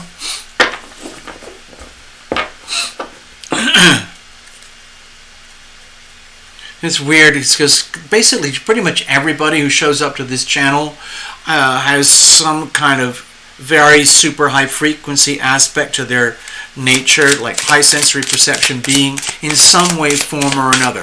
Whether it's business, spontaneous knowledge and wisdom, in the very Aquarian type of vibes, the Piscean spiritual love vibes, the Capricorn energies of business and reality, Geminis, every sign is well represented in some way, form or another.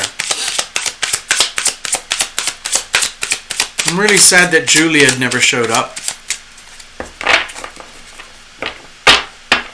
Julia's over there in Fortaleza, Brazil. And she said hello, she's a new subscriber, and then she disappeared. Oh well. What can you do? Alright, Jeffrey. Let's see what we got here.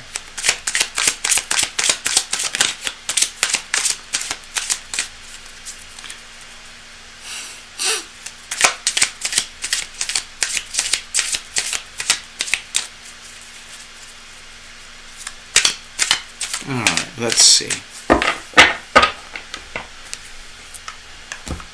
Put this up here. I'm going to do a really big split to get a nice clear deck. Okay, let's have a look. Alright, so here we go. Here's the situation. Here's the challenges. Here's how we're going to handle it. Now, Jeffrey, anything could come up here, as you know. We've worked together times before. Influences, planetary influence, weather, whatever you want to talk, however you want to describe it. I like to think of it as the planetary influences, and then we will interpret that. Okay, so we've got the Seven of Wands. Okay, so with the Seven of Wands here, if that's kind of the energy field that's surrounding all of this, to me it's an indication of no matter how challenging, how stressful things might be for you right now, part of it is that you have to understand you've asked for this. You've set yourself up for this. You are a highly conscious being. You know that every step you take forward in life, you are essentially attracting opportunities and challenges simply because of having the will to live, having made a decision that, like Jeffrey Longoria, I am going to live as authentically as possible the life of Jeffrey Longoria. I refuse to live the life of how I was programmed or conditioned or raised on autopilot or however that works. I have a right to be me, and I'm going to be me.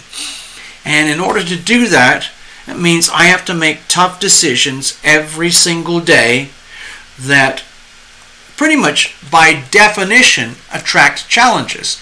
Like some days will be better than others. Some days will be really, let's say, fulfilling. Some days will be overwhelmingly challenging.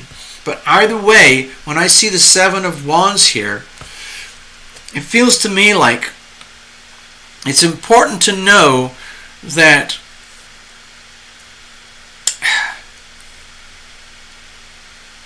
it's almost like you already know that you're facing hurdles, and that it's almost like the energy of bring it on, bring it on.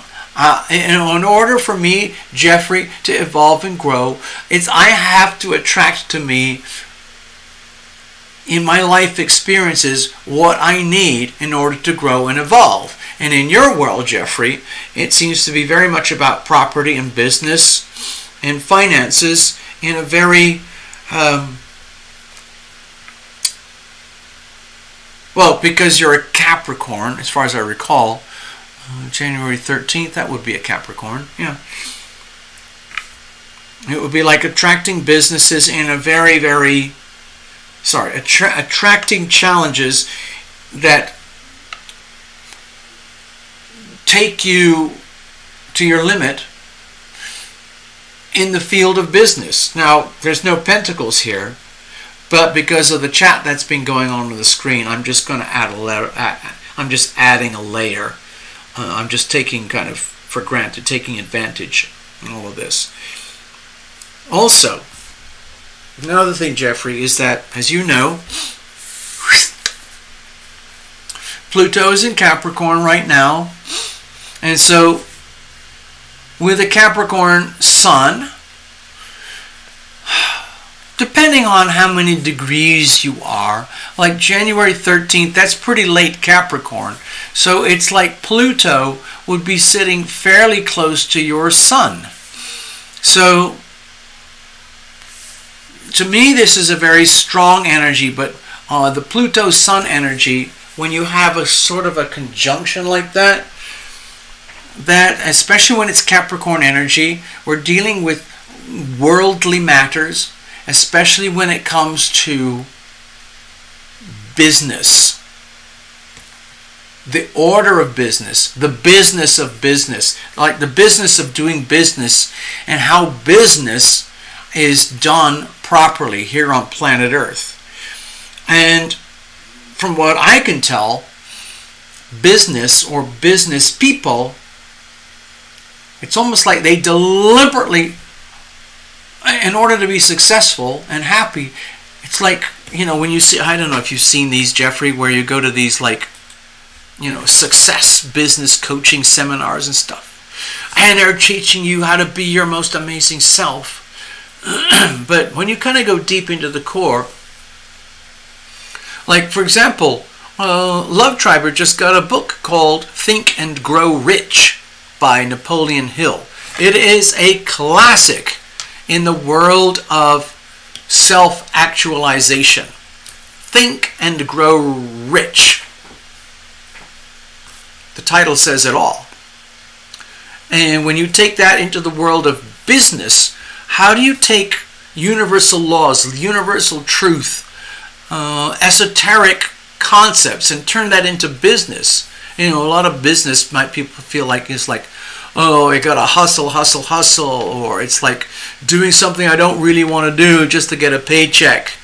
That's not business, that's just living a certain type of life. But with business, what it's really about is like, how can I optimize myself in such a way that I am providing a service or a product to the world where there is this phenomenon of supply and demand in such a way that it's mutually beneficial. In other words, if I do a really good job in business of providing you, the consumer, the clients, the customer, the products and services that I observe that you desire and want and need, then I will be successful.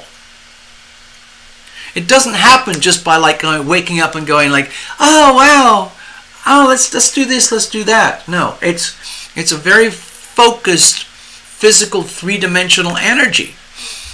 And when you nail that, that's what they call a successful business. A successful business typically implies that you have figured out a way to supply a demand.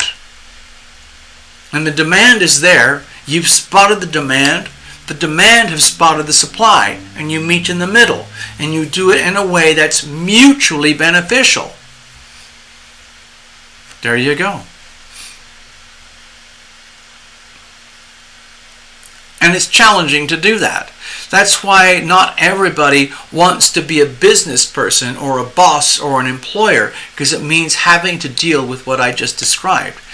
It's a little bit simpler to be an employee in a business, an employee of an employer, and they are telling you what to do and how to do it, and you are facilitating the business. Okay? But in your situation, Jeffrey, you are kind of in the front line. Okay? Alright, let's have a look.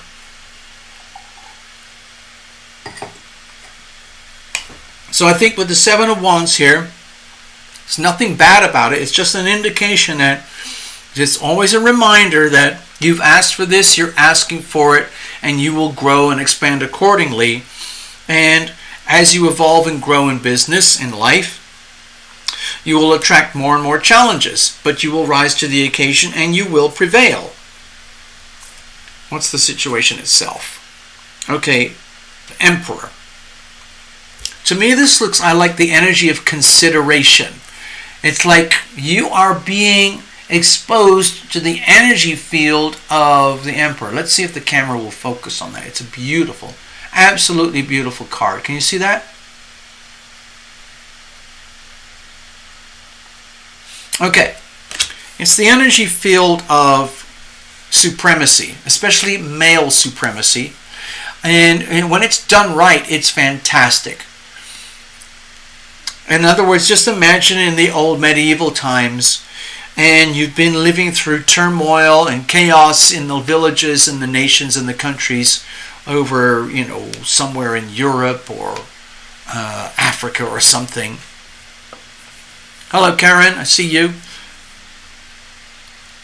And there's the energy of the benevolent dictator. There's also the energy of the malevolent dictator. Either way, it's the energy of dictatorship. It's the energy of being a boss. So, to me, it feels like, Jeffrey, you're getting to a point of self-realization, especially if you're heading into a Saturn return. Okay? Maybe, they said 28 or something, so a year and a half. Maybe towards the end of 2022, in early 2023, somewhere like that, you'll be approaching your Saturn return, where there will be this culmination, where it will be very clear in front of you in your life exactly where you have failed and where you have succeeded. And when it comes to business, to me it makes me feel like you're having to deal with this kind of awkward energy of realization, like, oh my God, in order for my life to work the way I am configured as Jeffrey Longoria, that means I have to be like a benevolent dictator. And the reason I'm saying that is because I learned this from my brother. My brother is successful, okay? And he's a very strong Capricorn. And he has this aura. It's very, very subtle. but it's very strong. And it's the energy of a benevolent dictator. What my brother says is what goes.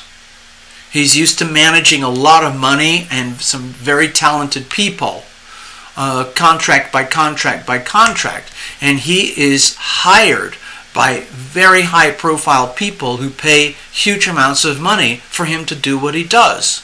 And the way he gets done what he does is through the portal or the characteristic of being the benevolent dictator. In other words, he's working with his team, his people or his crowd, whatever, his people. Like the benevolent dictator is someone like the emperor. Let's say a benevolent emperor. A benevolent emperor realizes how fortunate they are. They understand their status in society. They understand that not everybody wants to be an emperor or could even be an emperor, even if they wanted to be. They might be jealous or envious of what the emperor has or what the emperor can do, but to actually earn that and get there and be that, I don't know if I can handle it. Just tell me what to do. So anyway, what I'm trying to get at is that it feels to me that you, Jeffrey, are at this point where you're having to realize, like, wow, the only way things are going to work is if I take on the role of being the boss. I am the boss. So, depending on your culture, your heritage, your background, how do you perceive the energy of the boss?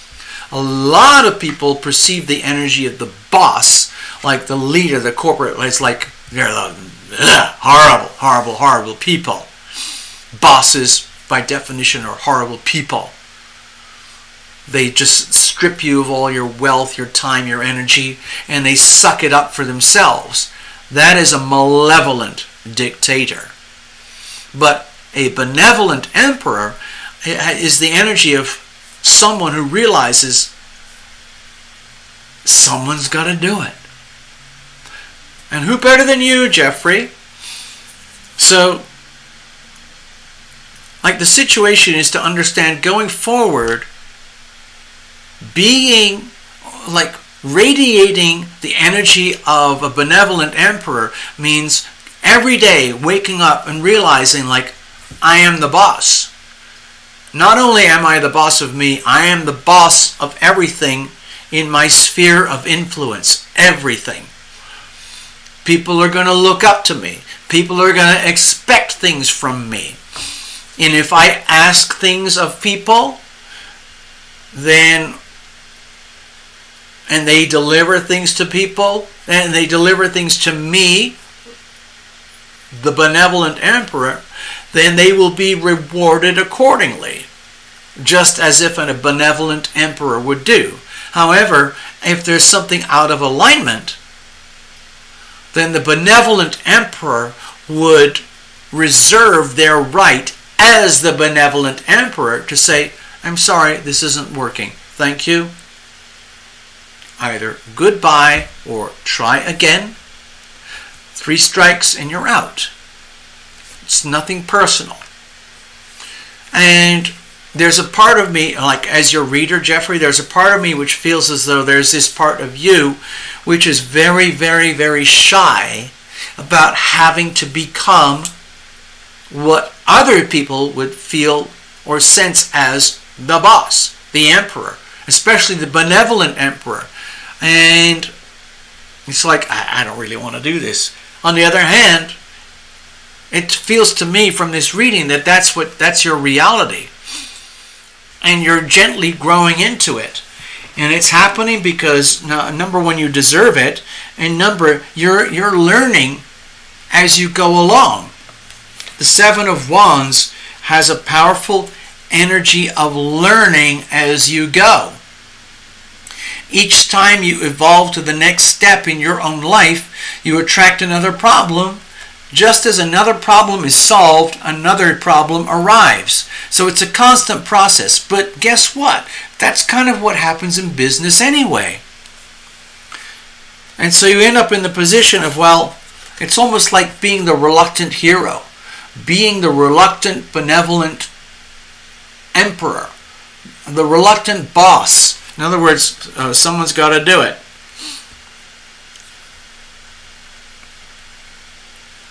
So what's the challenges here? Oh, I think you already understand this very, very well, Jeffrey. The Five of Swords here is an indication that you know that every step forward you face the likelihood of confrontation or potentially being betrayed or undermined or challenged for the sake of it. In other words, this is one of the problems of being or having an aura of the emperor, especially the benevolent emperor. Even the benevolent emperor is going to encounter resentment and defiance and conflicts and challenges from anyone and anything that you work with who is not you. And the reality, it's not your problem, Jeffrey, but it might feel like it's like your problem. In other words, it's just like, oh, I got to go to work today.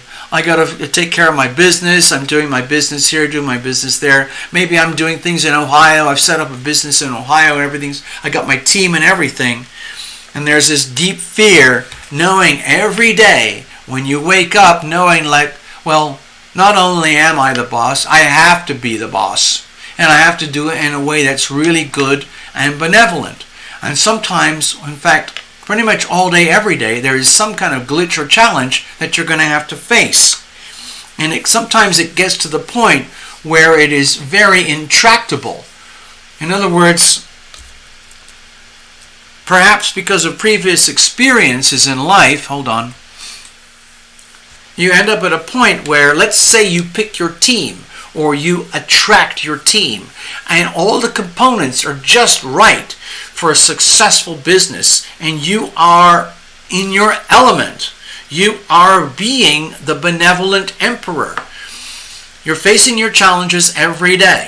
And one of your challenges, which is in some ways one of the most difficult challenges, is having to deal with someone who literally is like, it might feel to you as they're constantly trying to take you down, even though they might be one of your team. It's like, and then you have to find a way to rise above that and understand it's almost like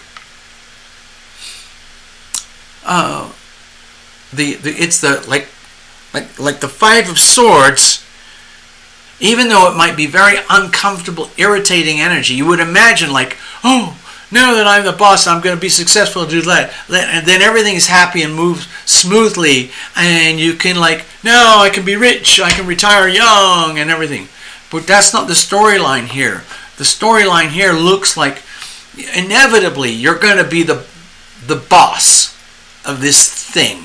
You're going to have to be, because that's the only way you can go forward. This is what you're built for. This is how you are.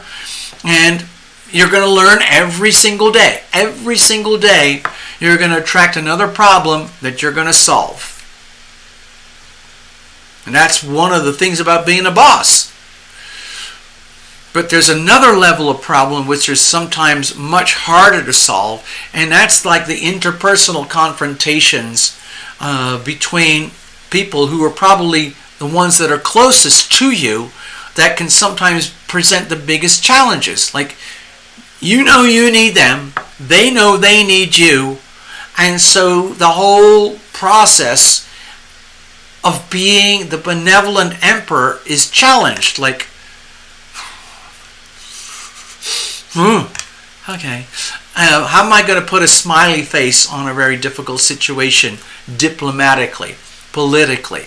Because in the workplace, as you know, Jeffrey, sometimes the hardest things to handle are not the job itself. It's the workplace politics.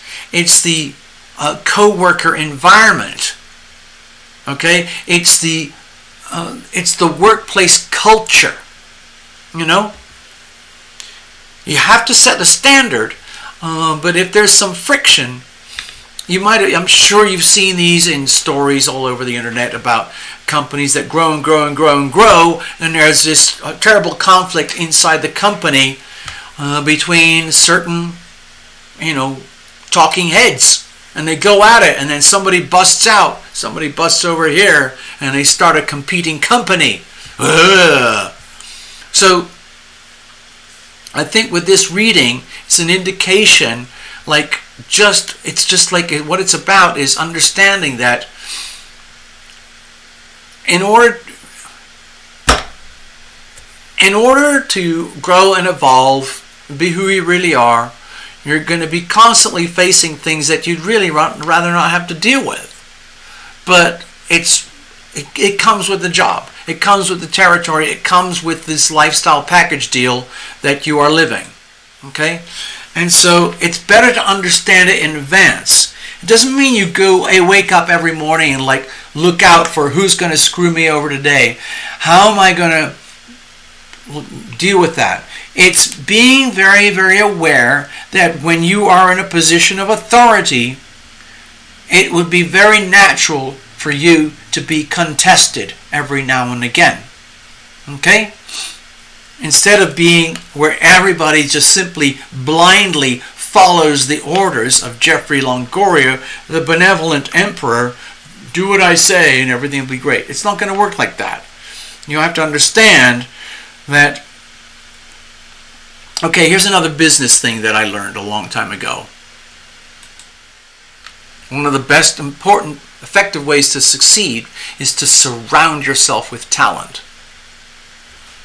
Understand and admit that there's only so much you can do as the benevolent emperor. And in order to achieve and succeed and grow on the grand scale, you need a team. You need to surround yourself with talent, where all the talented people, they all have talents in their particular field that outstrip your own talents in that field. And so your gift is corralling the talent and keeping it under one roof in a way that's beneficial for everybody. Surround yourself with talent. And when you do that, you're going to be asking for boardroom meeting confrontations. It's almost like knowing that, okay, it's almost like, let's say you have a meeting in the morning with your team, and you tell the team, hey, listen, I'm really happy with the way things are going right now, but I really need to know what is not working right now. Please, anybody who has the nerve to tell me to my face what is not working about what we're doing. And being able to say that and do that without having any kind of inter-office politics or whatever they call it, things that are not working, where it becomes personal. In other words, it's almost like you have to create an environment of friction, of confrontation, of reaching a point where, what are we going to do in order to capture the gold? And I think you can handle it, Geoffrey, because this is really what it's about. It's the emperor energy. It's about, it's like being the boss. What does it really mean, okay?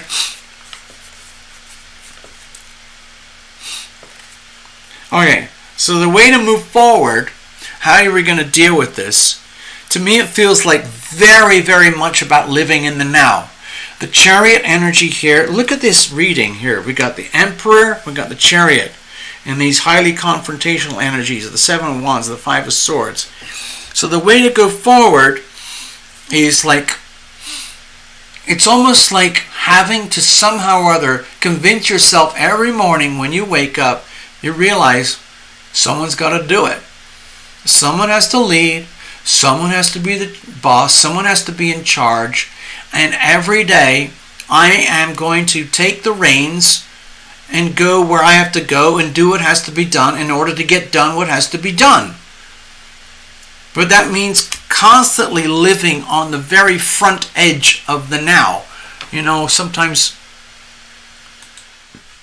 people who've been with my channel for a very long time, they remember the heart spreads that I used to do, where I focus on the energy of now and the process of decision making, and how decision making is fundamental to your own spiritual growth and evolution. And that's kind of what's happening here. So with the Chariot card, going forward, the way you handle it is like, okay, Jeffrey, just pretend I'm some really super advanced business guru. And I'm so far advanced, I don't need money. I don't need any. I don't need to have a stadium full of people. I'm just sharing what I know. So the Chariot, going forward, it's like you wake up every morning knowing, like, happy or not, reluctantly or not, or joyfully or not, someone's got to do it. I'm the boss, right? And by definition, you're going to attract challenges and confrontation and competition and every manner of skullduggery, as they call it in the old days. Disagreement, like you said there in the chat. But you go forward anyway, because you know deep down, you have to know deep down that you carry the aura of the benevolent emperor, and that ultimately your desire is for the good of the people, the good of the community, the good for everybody. Think of it as like literally the benevolent emperor. The benevolent emperor benefits enormously from the population or the business of whom he is the emperor. Okay? And conversely, the population of whom you are the emperor, they benefit too. So it's mutually beneficial. But it can only happen when you consciously, deliberately step into the role of the benevolent emperor, knowing that pretty much every day you're going to run into a wall of some kind. Confrontation, a disagreement, an ego challenge, psychological, mental, emotional, financial, whatever. It's almost automatic. Like when the benevolent energy enters a room, people calibrate themselves accordingly. If there's someone else in the room who sees themselves as an emperor, then you can guarantee there's going to be this of some kind. If someone else in the room recognizes the benevolent emperor and they don't have an ego problem between themselves and yourself, then they will acquiesce very naturally to the energy of the benevolent emperor without taking it personally as though you are trying to completely dominate, control, and exploit them. There's an understanding, okay? It's just very complex, understanding the full implications and energy field of the emperor. What does it really mean? So I feel here the ultimate answer with this reading is you're going to grow into it moment by moment by moment. Every day you're going to wake up and have to remind yourself, oh my God, this is it. Like, I didn't necessarily plan for it, but this is my life. This is my role. I am the benevolent emperor. You don't have to tell everybody that, but it's important that you need to know, and you don't veer from that. You don't become the malevolent emperor. You don't become the abusive dictator. You don't become the monster, because that's the other side of the emperor. The emperor can be the absolute monster. Okay? That's not you, Jeffrey. There's a reason you're attracting Piscean energy, okay? And because that's the energy of, ultimately peace and love. The flip side is like deception, lies, betrayal, deceit. But in your world, it's the peace and love. I think you have that deep down inside of you anyway, okay? So there's your reading. Thanks, Jeffrey. Next up, Queen of Water, thank you very much.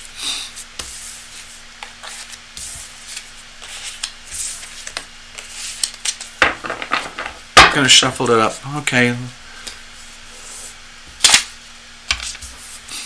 Queen of Water. Let's have a look. Let's see what's going on here. Hello there. Over there in Melbourne, Australia.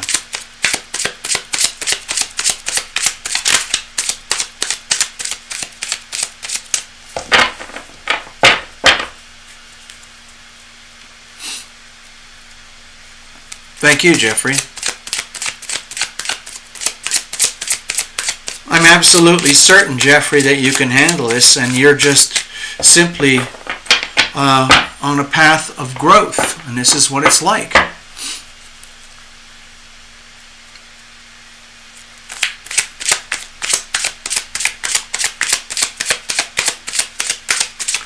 You can't type today. Just as an example, okay, Queen of Water, I'll come back to you in just a second. I just want to share something with Jeffrey.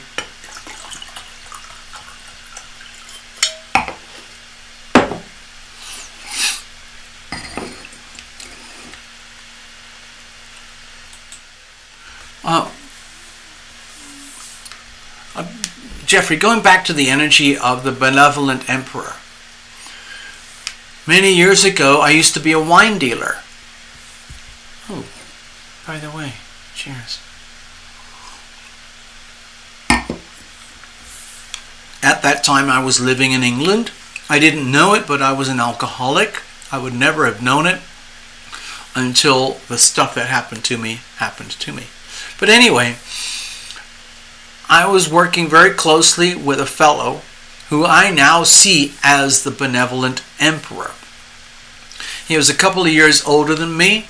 He was a businessman, very, very smart, very hardworking. He wanted to be successful. He knew it was his destiny to be successful.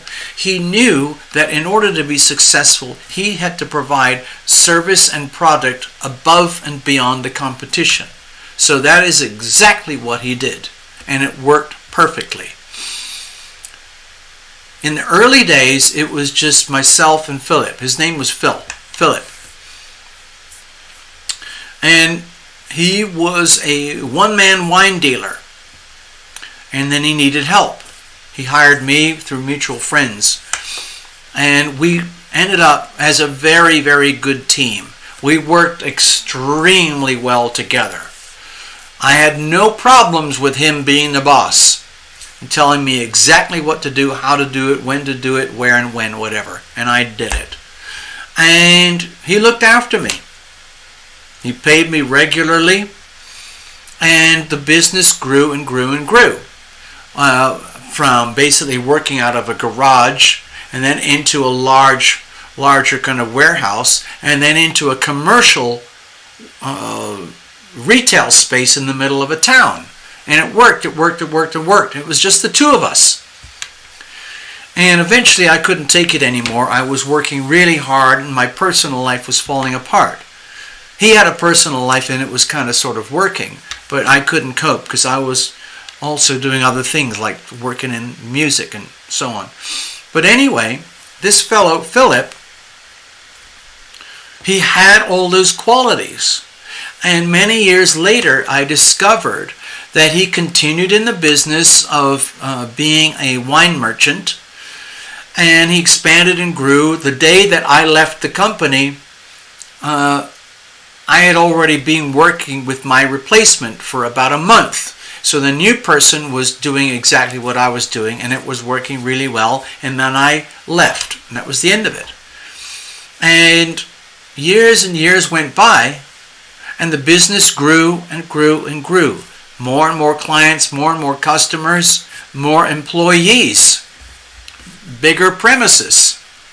And eventually, Philip decided, you know what? I'm going to accept the offer. An offer came to him from a very large European wine distribution company and said, hey, Philip, listen, man, what do you think? We'd like to just buy you out.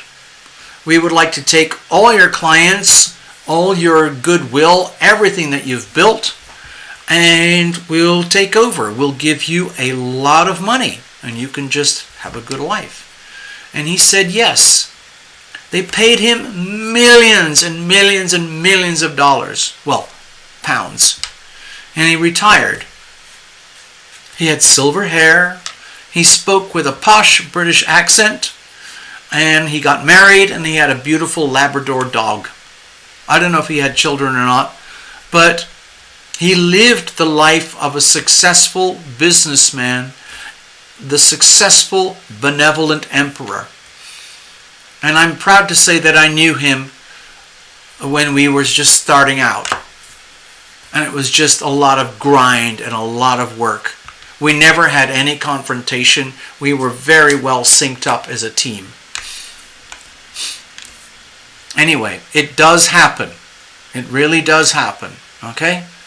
I have a few other people that I was very close to who ended up being multimillionaires.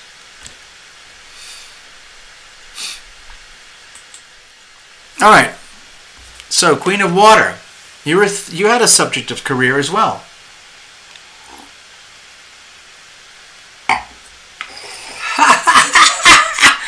And Jeffrey's already going gray. Well, let's just say that's kind of like a Capricorn thing. Don't worry about it. Capricorns can often live a very long life because they understand deep down at the core it's just a long, slow journey, just like the goats. Think of the goats. They take one step at a time to climb the mountain. And they do and take each step very carefully, one step at a time.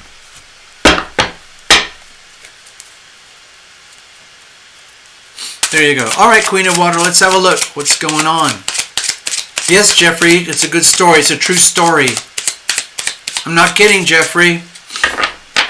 I'm sure you're going to relate. I wouldn't be at all surprised, Jeffrey, if in terms of dollars you end up as a multimillionaire. It would not surprise me at all. And then you'll invite me to one of your parties.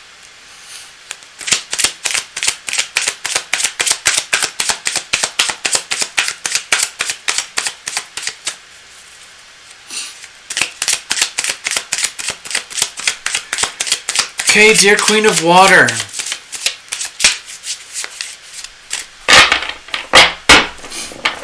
By the way, everybody, I think she put it on here. Queen of Water is also a reader too. She has her own.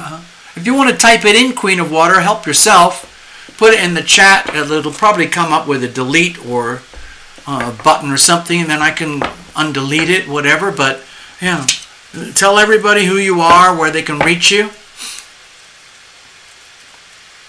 I don't have a problem.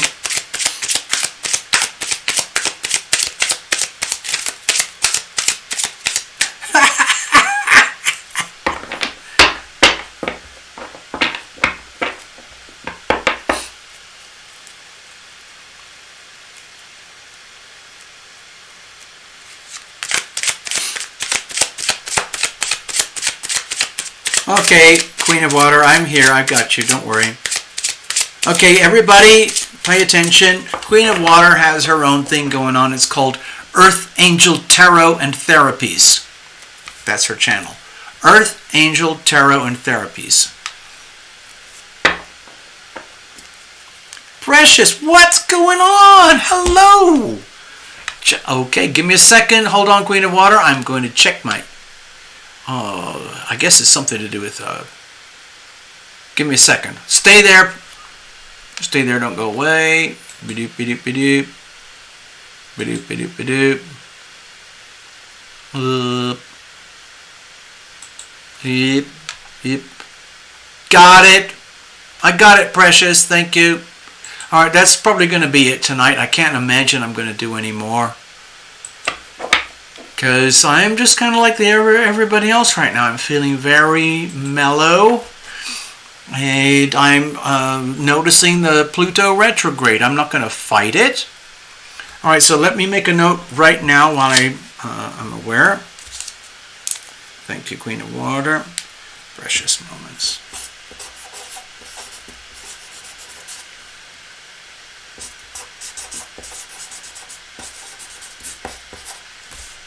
I got it. Thank you, precious. Thank you so much.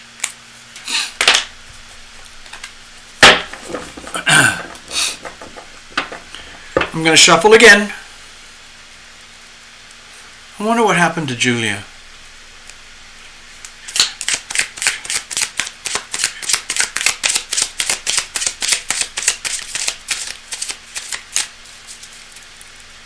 I wonder what happened to Lena in Argentina.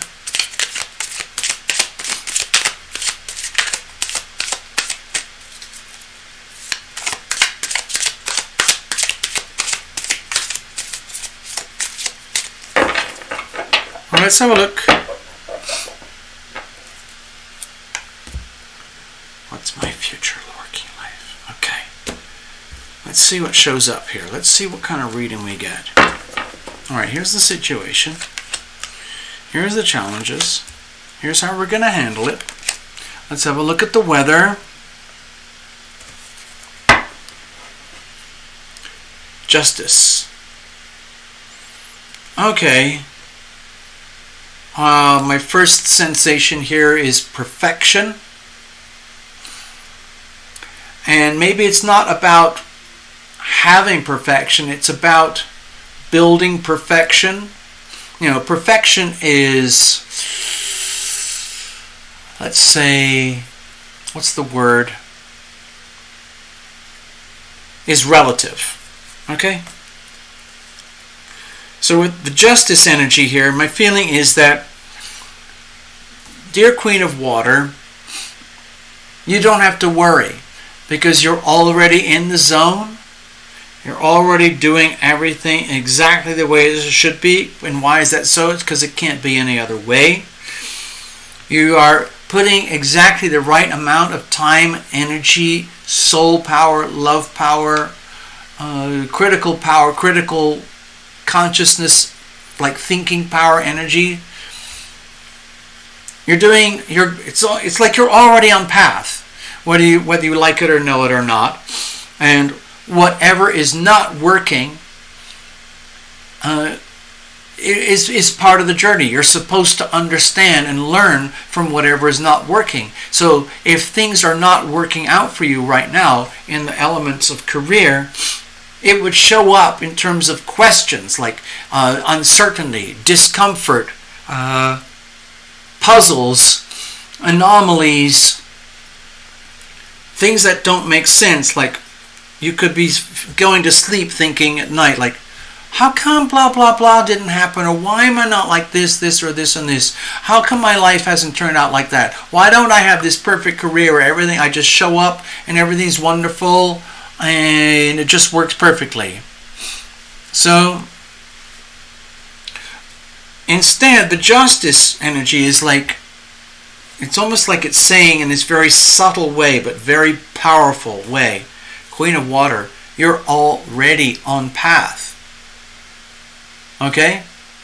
If you're feeling disruptions or instability in what you call career, that is part of the path.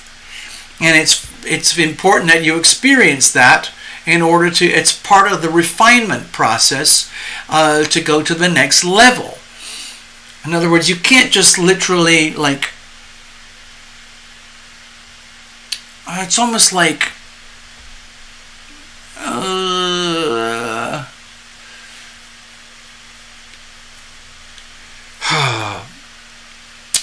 there's no evolution without evolution. I don't know how else to say it. I'm just gonna, this sounds bizarre, okay? I'm sorry, Queen of Water. With this Justice card here, I'm feeling this really really precise energy that needs to be understood. And the only way I can say it is like, dear Queen of Water, in terms of career path, satisfaction, reward, sense of being on, all of that, there is no evolution without evolution. I know it sounds weird. I'll try and explain it. Evolution, it kind of like, it means like growing out of your old skin and growing into the new skin. And sometimes that's either disruptive or painful or destabilizing, or on the personal level can feel like very uncomfortable. It's like growing pains. You know, when, I don't know, I had it when I was a little tiny kid, in my knees especially, growing pains when my body was growing from a little tiny child to a bigger child to a youth, to a prepubescent adolescent or something.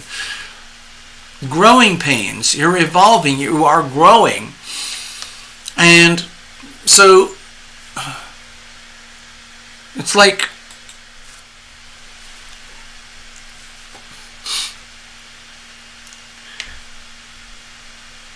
however uncomfortable things are right now for you, Queen of Water, in terms of so-called career, okay? Everything is exactly as it should be.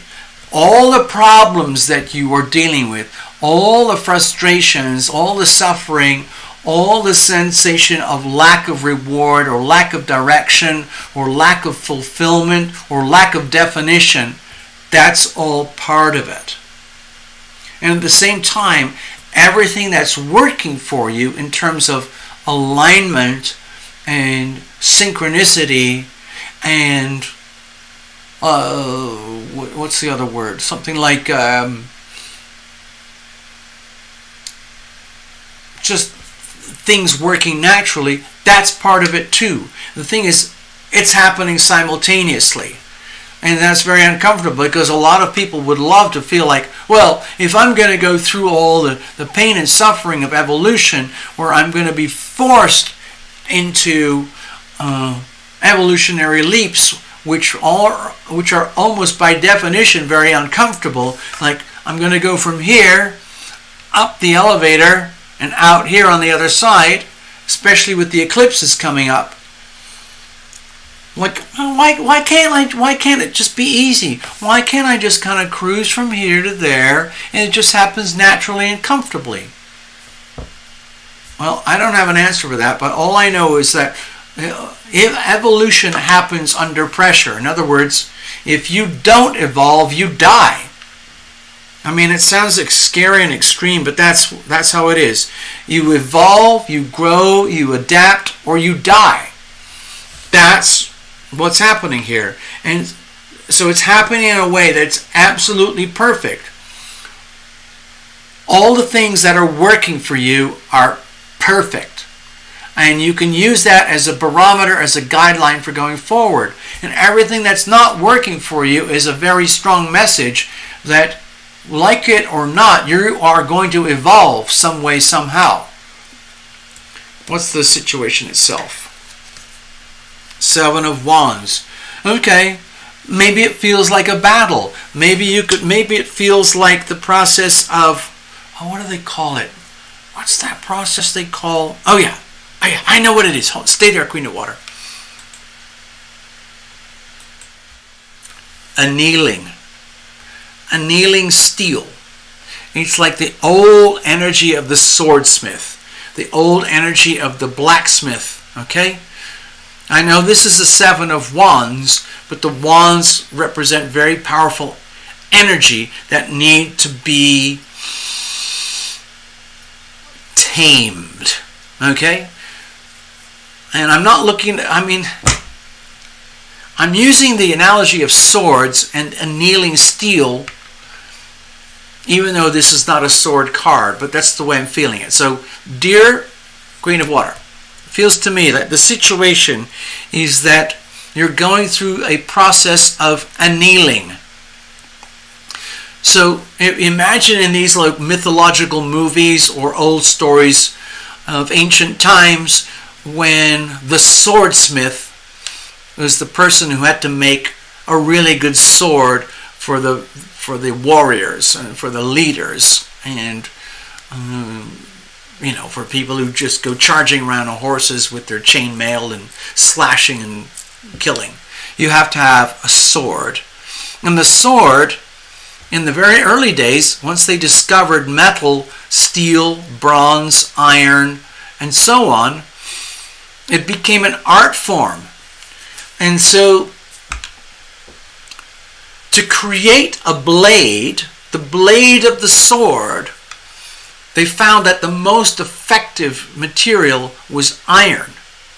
And then they discovered that when you add carbon to it in the heating process, and you make the iron hotter and hotter and hotter, and you throw more wood in the fire, and it creates spontaneous carbon, and the carbon gets absorbed into the steel eventually ends up being stronger, harder and harder and harder iron. So it's no longer just iron which cracks and it's brittle and it's great for a while, but it falls apart pretty quickly.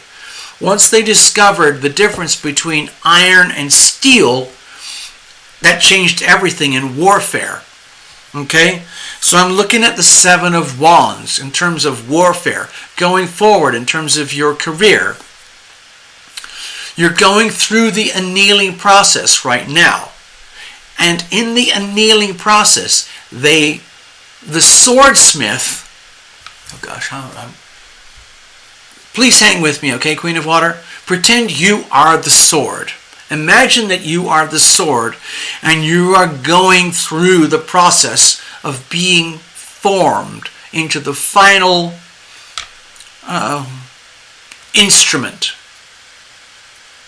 The instrument is what would be you, the instrument of the healing power of love. The instrument of love, whatever it is. It's an instrument, like a sword is an instrument. So, with the annealing process, what the swordsmith does is they take that raw lump of iron, they turn it into steel, they add more and more carbon, and then they put the crude sword into the intense fire, and they make the fire white hot. And then they put the sword in, and then they smash the sword. Smash it, smash it, smash it, and smash it. And they smash it. And they create this flat, long piece of steel that is very, very hard and very, very resilient. And they do the process over and over again. They take the piece of iron, they turn it into steel by heating it over and over again, smashing it over and over again. And once they finish the smashing, once that piece of steel is white hot, they dip it into a bucket of water and it cools the metal very, very quickly. And what happens is the molecules in the metal start to align themselves. Instead of in random directions where everything's brittle, they align themselves in a way that's very, very strong. And then you get steel. And then eventually you get high tensile steel, which is very, very strong. And you can create a very, very sharp edge. So at the end, the swordsmith ends up, through a lot of pain and suffering for the steel and the iron itself, you end up with this undefeatable sword type of energy. But it is a process of constantly heating, cooling, and then heating, smashing, then cooling. Heating, smashing, and cooling. Heating, smashing, and cooling. And eventually you get to the point where you have super hard steel, and then they have to work very hard to create a very sharp edge. So when you're doing your swordmanship, you know you're in a very strong position. But that's what's happening to you. I feel that in this reading, you're going through the annealing process as though you are the sword, as though you are the metal, as though you are the iron. So you're being strengthened. And it's a painful process for the sword, for the iron. But that's how you learn and grow and evolve. Sword wielding, yes. You said here that your soul wants to go on some spiritual pilgrimage. To me, it feels like if you can say that in words here on the screen, that's what you want, that's what you know. For that to happen, you have to be able to survive going on that pilgrimage, it means you're going into a world of the unknown in order to discover the self. So to discover, okay, look at it this way, okay? Do you see the Justice card? Do you see the sword here? Let's see if it comes up in tight focus. Hold on.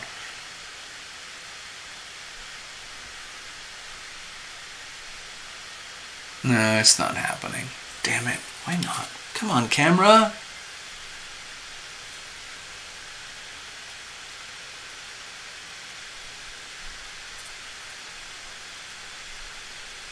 There it is. Do you see that sword? That sword is undefeatable.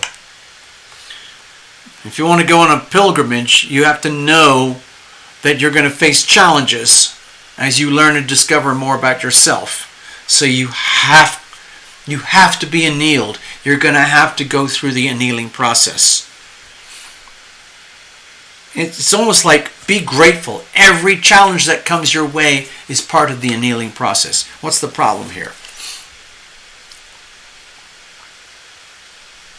To me, it feels as though, like, oh gosh, I wish it wasn't this way. I wish I could just be awesome already without having to go through the annealing, without having to go through the evolutionary steps, the evolutionary leaps. In other words, wouldn't it be really great to live through my pilgrimage without having to go on a pilgrimage? I could just come out the other side already evolved and grown from going through the pilgrimage. And yet instead, with the Five of Swords here, to me it feels like it's like knowing that the deep fear is knowing that you're going to face challenges on the way. And to me it feels like it's intellectual challenges, spiritual challenges, questioning yourself, challenges coming up against you where you start to doubt yourself and wonder, like, who am I? What am I really doing? Why am I really here? I'm already a reader. I'm already highly evolved. I'm the Queen of Water. And yet, there is this calling where I know I have to go to another level. Okay? But when you go to another level, it's understanding that you're going to end up in episodes of confrontation, either with yourself against yourself or between yourself and other people, which would look like enemies or, let's say, unwelcome confrontations, but it's actually part of the annealing process. It's just that it's almost like wishing, it's almost like, damn it, why couldn't I have just been born already fully annealed and ready to go? But that's not what's happening here. It looks like you've been born as Queen of Water and you're evolving to another level of Queen of Water, which means having to go through a process of annealing, which means it's inevitable that you're going to encounter confrontations which might feel like they're futile or irrelevant or, let's say, below you in some way. But it's still part of the journey, the annealing process. So how are you going to deal with this? Because it's very uncomfortable. You deal with it, you accept it, as this is the process of annealing. The process of annealing is essentially very painful, very uncomfortable. And it's better to understand this up ahead. Okay? That's the beauty. It's almost like that's the beauty of the situation here. Once you already know. Now, of course, Queen of Water, we've never met, okay? But when I see this here with the Ten of Swords here, it makes me feel that there's this part of you which understands perfectly well what we're talking about here. It's almost like a purging. You know perfectly well that you're going to have to, you know that you are evolving. You know that you are growing, and if you want to measure it in terms of what you would call a career, and if that means like you said, going on a pilgrimage, for example.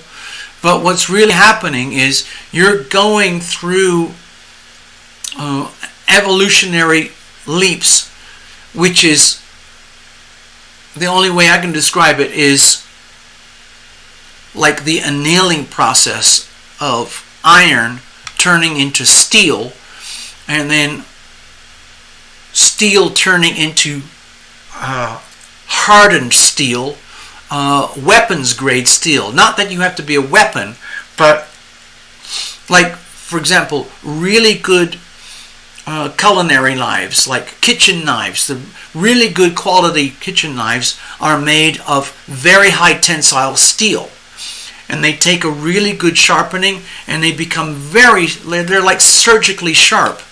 And once you got used to working with really good quality surgical knives in the kitchen, you don't want anything else. And I think what the reading is going through here is just like, it's basically, it's not comfortable, it's not pleasant, but it's almost like my job is basically say, it's really simple, Queen of Water. You're going to the next level. You're evolving, you're growing, and it's by pressure. You're coming in at this level of evolution. You're being squeezed and pushed through the annealing process, and you'll come out here. And you'll be better, stronger, wiser. What's that song? Gonna be wiser. Do do do do do do do do do do do do do do. Do do do do do do do do do do do. I gotta be wiser, gotta be smarter. I can't remember. Anyway. Okay, look at the notes that you just put down there. I need to grow my own business, not someone else's. Maybe so. With the Ten of Swords there, again, it's really important to be willing to draw a line in the sand, to be able to say enough is enough is enough. If you know deep down that you have to go to this next level, that you're going to have to evolve, whatever that looks like, and you would know, because that's your life, then that's what you have to do. Sometimes it's really scary. With the Ten of Swords, please don't be scared of that. The way I see it is the Ten of Swords is basically, let's just say, enough is enough. Okay?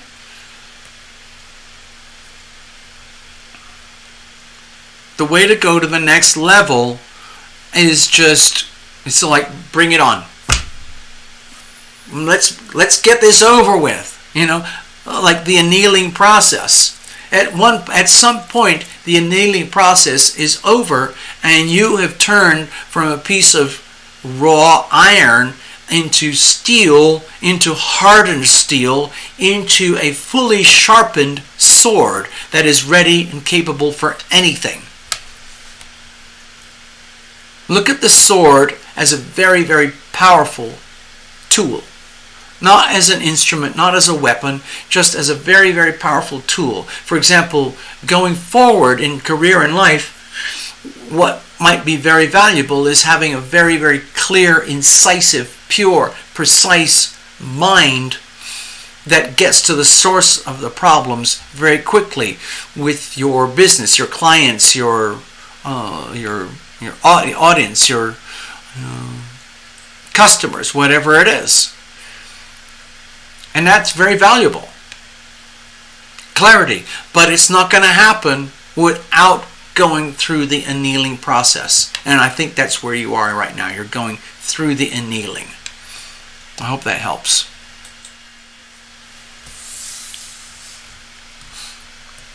Yeah, you could say this looks like a potentially very painful reading, but that's the process of annealing.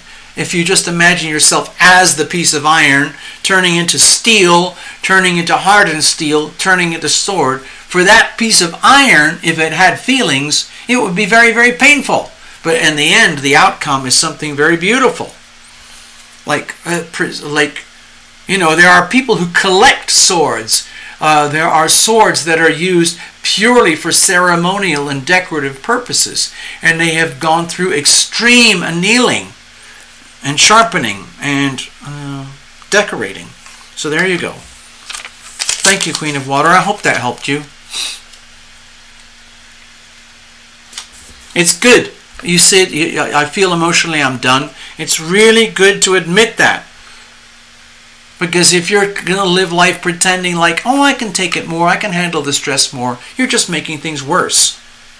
It's much better to admit when you're done. Like, I'm done with this. I'm done with that situation. I'm done with those people. I'm done with these concepts. I'm done with these attitudes. I'm done with this frequency of evolution. It's time to move on. This is the end of anything and everything that's not working. Okay? Read your own notes. It says here, I need to grow my own business, not someone else's. There you go. All right, Precious. This is it. This is the last reading of the evening. Thank you so much, Precious.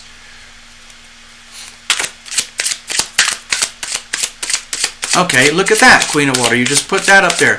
Going to work every day and hating it. Admit it. Doesn't mean we necessarily have a solution here today on the show, but once you get to that point where you can type it very succinctly and clearly, going to work every day and hating it. Let's just say that is a fact. So what do you do now? What now? What now? What now? What now?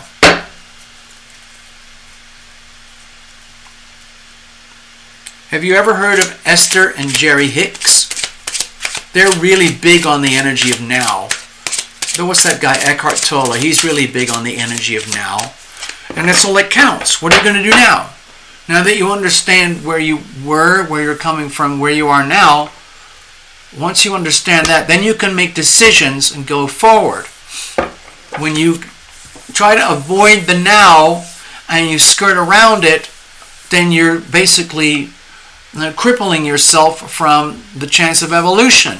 And then you get stuck in like an evolutionary tide pool and you never get beyond that point. You're at a point of evolutionary change, okay? Queen of Water. So the idea is just face into it. Say it like you just said it. Going to work every day and hating it. Just say it. Going to work every day and hating it. So, what are you going to do now?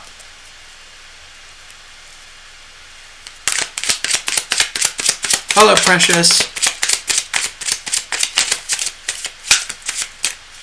You know, Precious, you're one of the very first people, like Maria, from the very, very early days of Tarot Illumination. It's amazing we're still here at all. It's mind-boggling.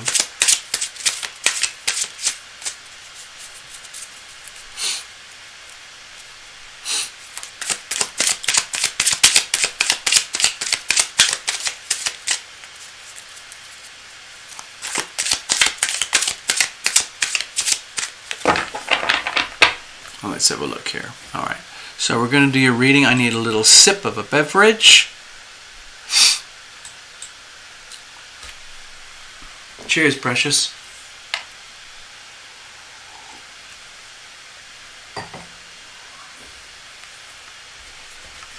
Do you have any notes for me, Precious? Or do you want me to just go blind? Are you in Canada right now or the United States?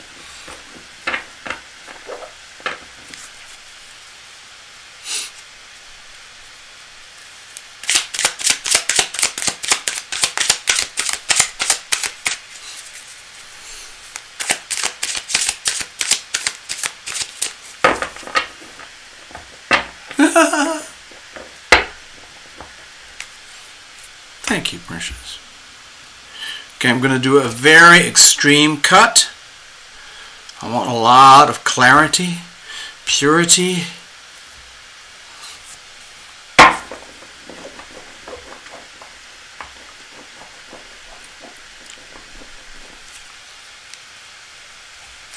Here's the situation. Here's challenges. Here's how we're going to handle it. It's a good old Tarot Illumination situational spread. Let's have a look. We have here 6 of Swords. Okay. So, alright. Moving towards peace, okay?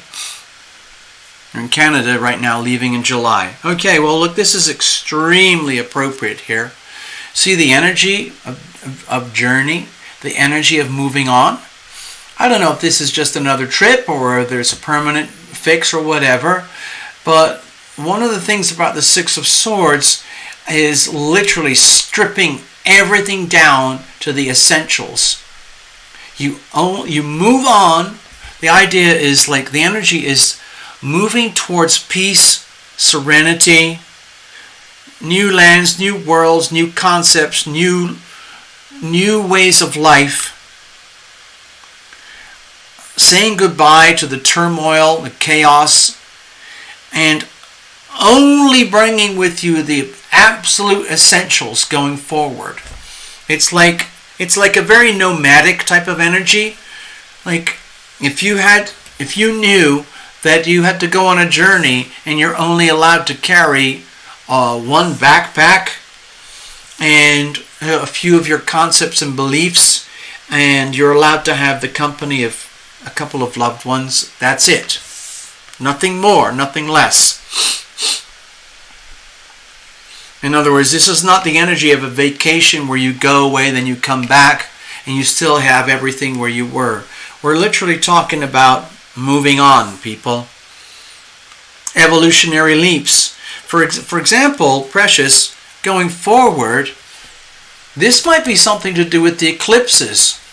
If we're very gently right now heading towards the eclipses. I think I told you earlier on the show. Right now the moon is in Taurus, okay? And in a few days, moon's going to be in Gemini. And where was I? Give me a second. Today is the 9th. Okay, so today is the 9th, okay? And in a couple of days, the sun, excuse me, hold on. Alright, okay, sorry. Precious, just press the delete button for everything that you heard coming out of my mouth in the last 30 seconds, okay? Yeah, we're going to do a blind reading. Okay. Precious is selling your house, okay? So, in a few days, the moon is going to be aligned with the sun. It's a Taurus new moon. In some ways, that's very comforting as far as I'm concerned, because Taurus is very, very connected with earthly reality. Money, stuff, plants, nature, water, trees, physical aspects of life in this world. Values, money, beliefs, belief systems. Starting from scratch, starting a new journey. Okay, Uranus is there in Taurus too, so it's kind of a radical leap forward into the unknown. But hey, if it looks from your notes, it sounds like you might be going. I'm just looking at your notes. You're leaving Canada and selling your house. Get it? Literally, starting a whole new life. If that implies that you're coming to America to start a new life here by leaving Canada, then fine, so be it. And you only bring with you the absolute essentials, like yourself, the kids, digital money in your wallet, your belief systems, and the values that you bring going forward into a new life. This is, to me, this is really, it's kind of beautiful. Six of Swords, I see it as seeking, it's almost like being a refugee. Like basically realizing it's just time to get out, people. Leave the old life behind, start a new life. And you can't do that without setting off on the journey. You can't get to your destination until you leave where you are. Let's have a look. What's the situation itself? Wow. 7 of Wands. Why are we having this every freaking reading tonight? Okay, precious. Easier said than done. Okay? So, you're already on path. You've already made your decisions. It sounds like you're already going to, you're leaving Canada. It's May, June, July. So, it's coming up very soon. But it's actually a huge deal. It's huge. And yeah, of course you can handle it. Of course you can handle it. Look. Come on, card. Let's show this beautiful image here.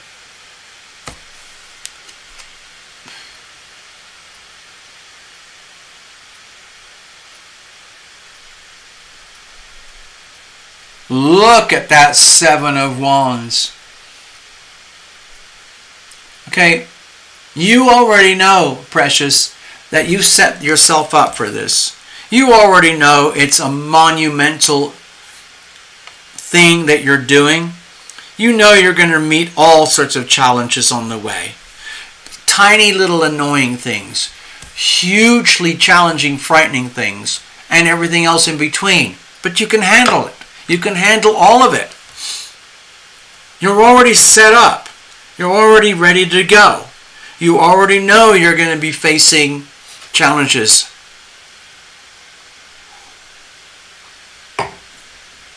But you can handle it. What's the problem here?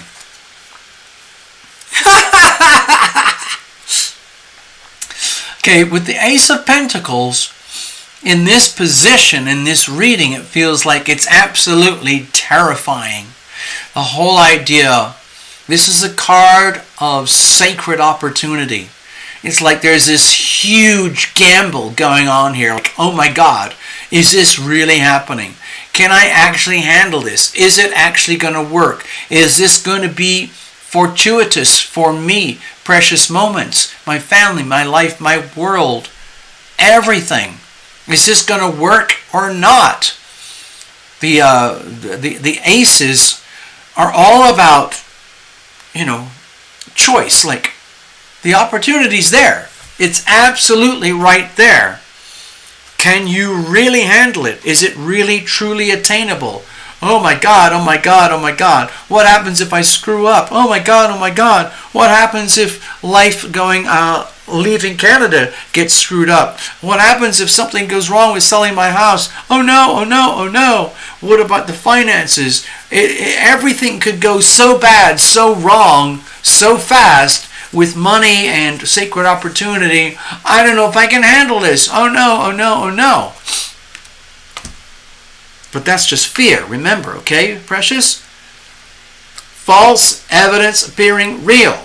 Like, you've had more than enough problems in your life already to give you every good reason you can imagine to be terrified of the journey going forward. Even though you've made the decision to go forward on this journey, even though you know you're going to face a lot of challenges going forward, you're doing it anyway. And you're getting to the point where it's almost like you're taking yourself to the absolute limits of your capabilities. Like, oh my God, I can't believe I'm doing this, but I'm going to do it, because if I don't do it, I don't know what I'm going to do. It's like you have to do this, and it's terrifying.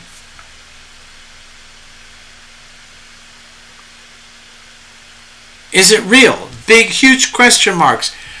When you're making such a huge decision, leaving Canada, selling your house, that's a huge, huge decision with huge consequences. So with the Pentacles energy, it's very measurable consequences. Like, oh my God, what's it going to look like with money? My physical reality, where am I going to sleep? What about family? What about All right, so you're going to deal with it. How are we going to deal with it? Ooh, it's beautiful. We got the Prince of Cups here. So, to me it feels like you go forward knowing that, oh God, why didn't I think of that before? Why didn't I remember that? I'm doing this out of love. It's that simple. Duh. Okay? So it's just like, oh, okay. Why was I worried at all? Okay, you have every reason to be absolutely pooping your pants. Terrified at the consequences of your decisions. Like, my God, is this really possible? Can I really handle it? But then when you get back, like when you curl, let's say you've just, at the end of the day, you're absolutely exhausted. You've done everything you can for your life, your world, your family, communications, job, health, everything, chores, tasks, bills, fitness, whatever it is. You've done it all, and you go to bed and you're exhausted. And in those few seconds between getting to bed and exhausted and actually falling asleep, you remind yourself, oh, I forgot. It's going to be okay because it's coming from love. I'm going to love. Love is coming to me. I'm doing this in the spirit of being loving and being loved. And I'm loving and I am love. I am loving, I am love.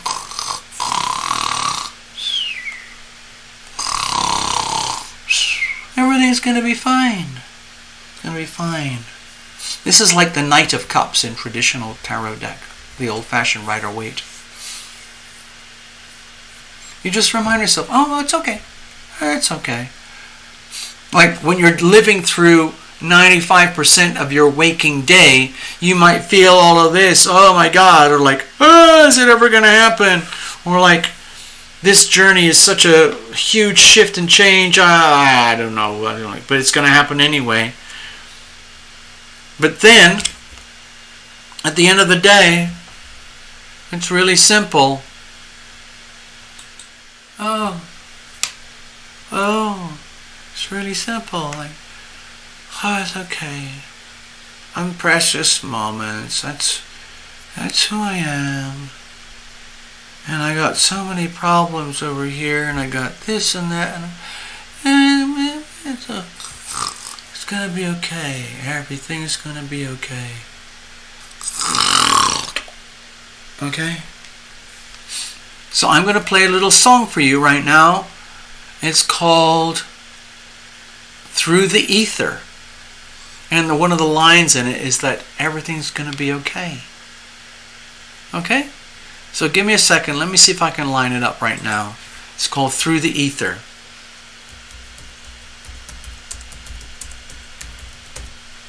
I hope it comes up. Come on, come on. I think this is it. Let's try this. It's like a little acoustic waltz.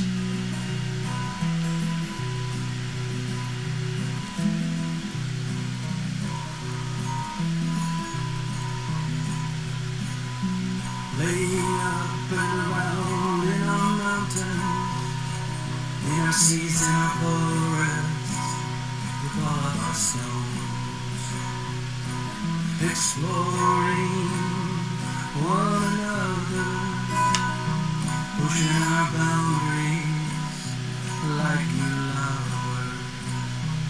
And you comfort me through the ether. And you tell me that you're worried about me.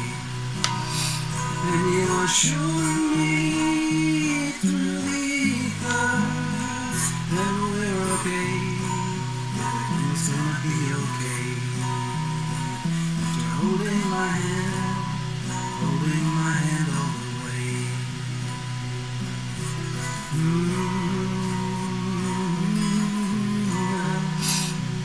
La na na na na na na na na. Our innocence It's becoming so apparent in our magnificence at the same time too. With your permission and our shared ambition, get the chance to discover our own truths. And you comfort me through the ether, and you tell me I can tell that you're worried about me, and you assure me through the ether that we're okay, that everything's gonna be okay, that you're holding my hand all the way, that you're holding my hand all the way, holding my hand all the way, holding my hand all the way. Wow. I don't think I've played that for a long time. You're going to be fine, precious. You're going to be fine. You're very, very brave. You're very, very bold. You're really tough. You're very strong, and you're very loving, and you're very loved, okay? Heather Mocha, greetings. You're probably about 1,000 miles away from Terra Illumination, but hello. Take a note. Okay, that's pretty much it. I think we've done the readings that we're going to do. I wish we could have worked for Julia. I don't know. I think we might have scared her away. Or maybe I scared her away. I don't know. Or, maybe someone came up and grabbed her by the shoulder and said, "What are you doing, Julia? What are you doing hanging around with these crazy people?" Anyway. So there you go, precious. I hope that makes sense. Everything's gonna be okay. Everything is gonna be okay.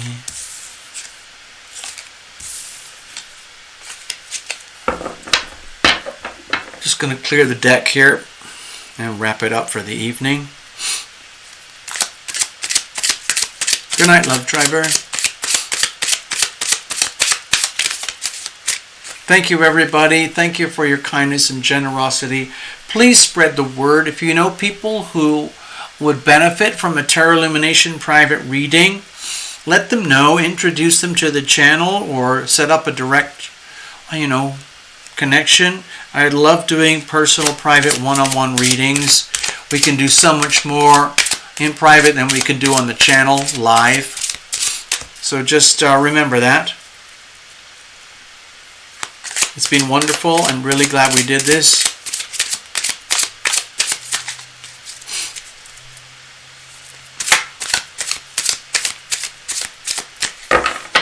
Okay, cards are shuffled well enough. We're good.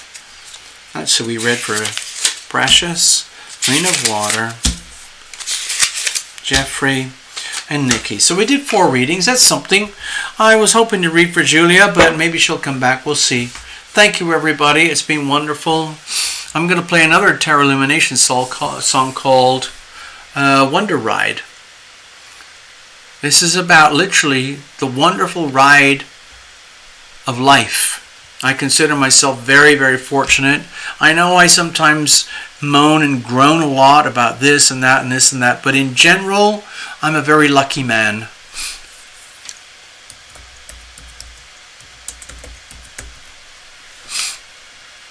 Let's have a look, see if it comes up.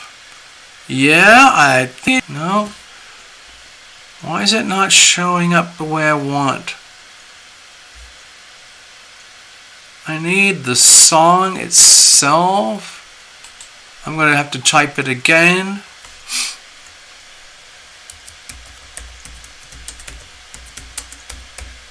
Let me see if I can do it this way.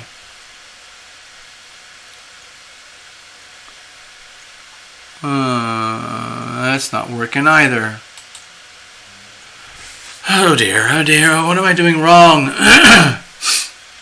What about a reading for me? Love Triber. Although you just said good night. I guess we could do a reading for you. Huh.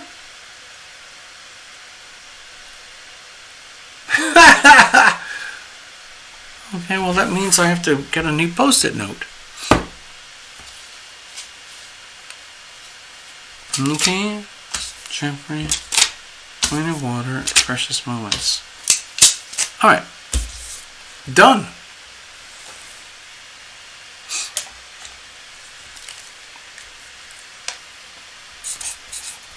Okay, so we're going to be here for a little bit longer, folks.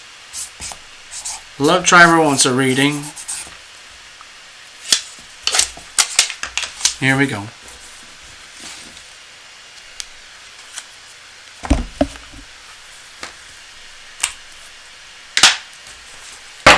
Alright, let's fuel up, people. Cheers, everybody.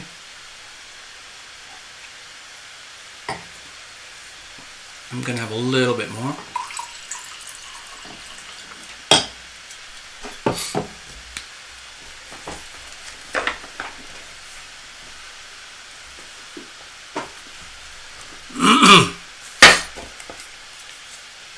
Change your mind. Okay, no problem. Don't worry about it.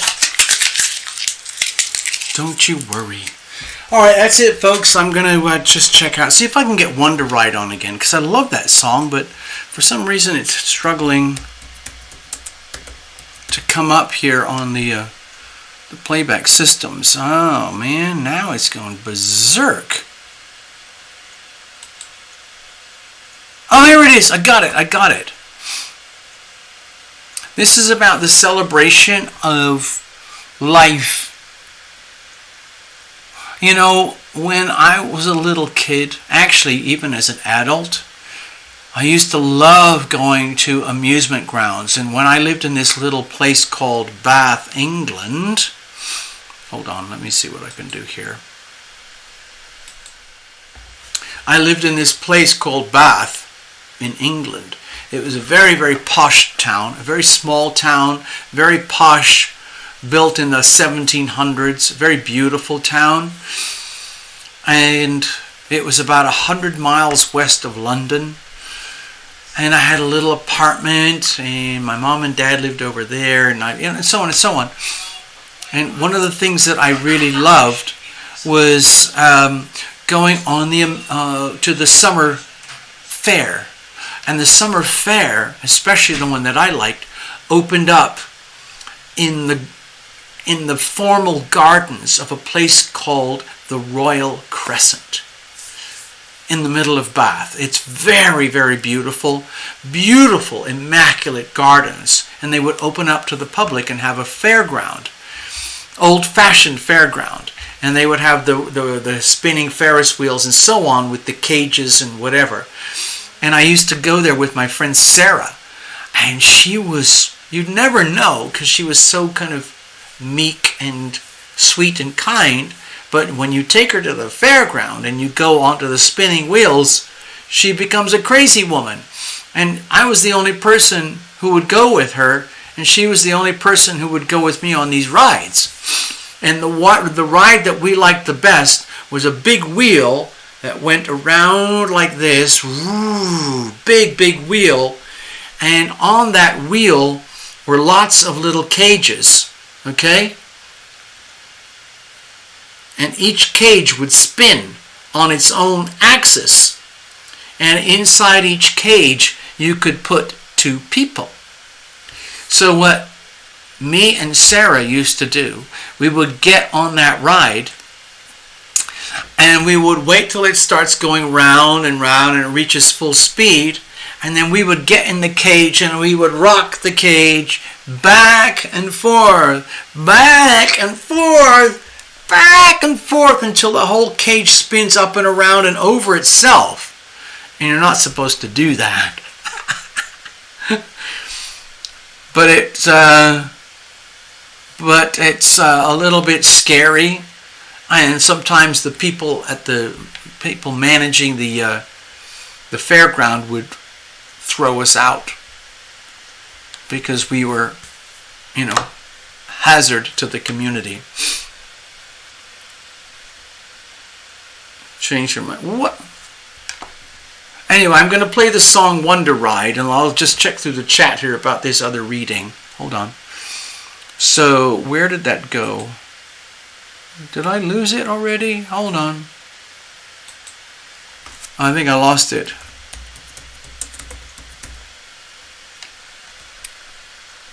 Oh, gosh.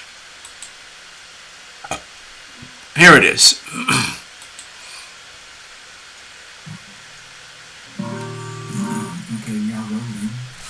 It's a waltz, 3-step. 1, 2, 3, 1, 2, 3.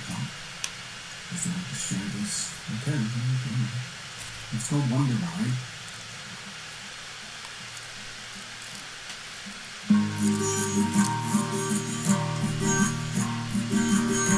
My dear, this is my birthday present to you, to celebrate the day that heaven made you. It's remarkable that we both found one love. The day we set out on our transformation ride with each other at each other's side, and it soon became evident that we are both changing. And it's such a wonder ride, my dear. Yes, it's such a wonder ride. Hold on tight, tightly, my dear.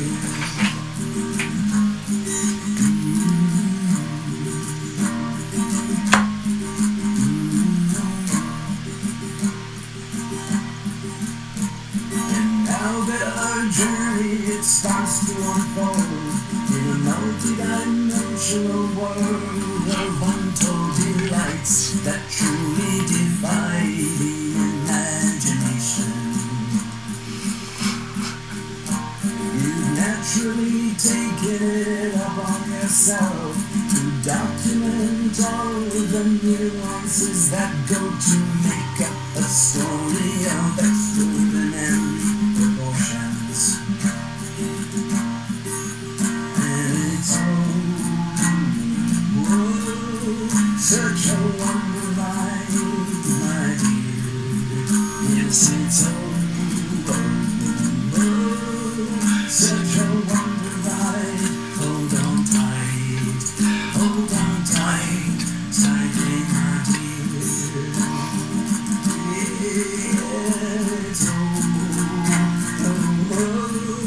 It's such a wonder ride, my dear.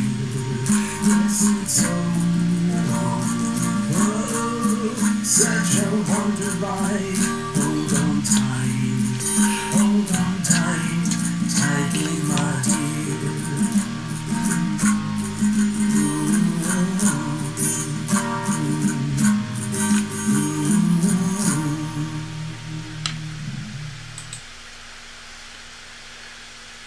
Yeah, so I wrote that, and it was a birthday present.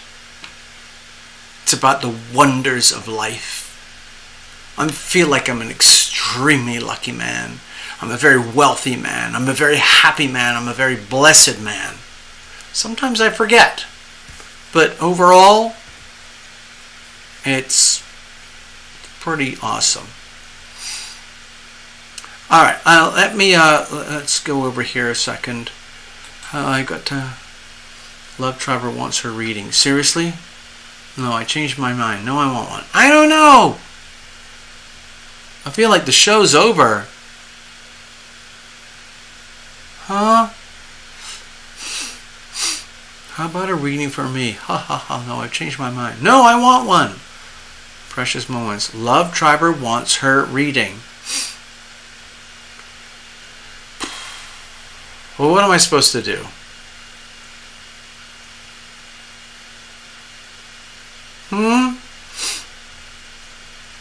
Alright, I don't know. I feel like it's the end of the show. If Love Driver writes in and says, no, I want my reading, then fine, we'll do that. But otherwise, I think it looks like...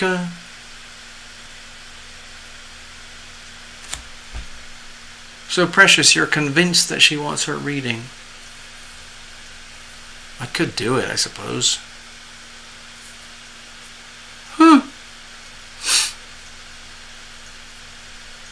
So, let's see. Have a look. Give me a second here. Alright, the chat's quiet, so I have no idea what's going on. You know, we've been here for almost 4 hours. 3.5. Oh, wait. Lol, I changed my mind. I want a reading. Yes, okay. Okay. You're going to get your reading. Alright, let's do this, people. Love Triber's going to get a reading. Alright, here we go. Settle in, everybody. You never know what's going to happen. You just never know. Alright, first of all, let's get set up. I think I already made a note. Precious Moments, Lena Water, Jeffrey, Nikki, John. So where's the post-it note? Did I make a post-it note for you? Obviously not. Wait a minute. Love Triber. Okay, we're just going to do it. Okay?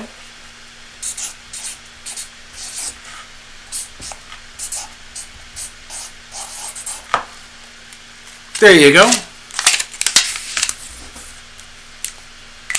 So there you go. Are you happy now? You get your own magic post-it note?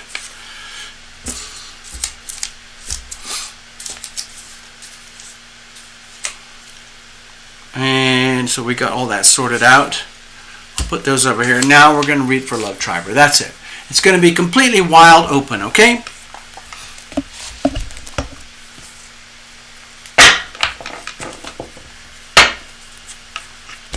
Cheers. Thank you, by the way.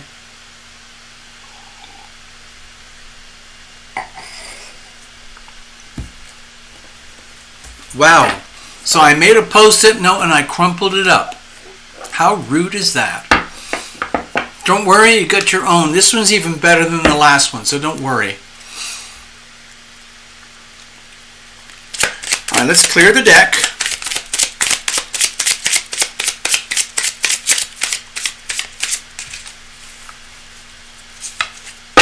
Sorry, gotta shuffle it. Let's just get it nice and sweet and pure, crystalline pure.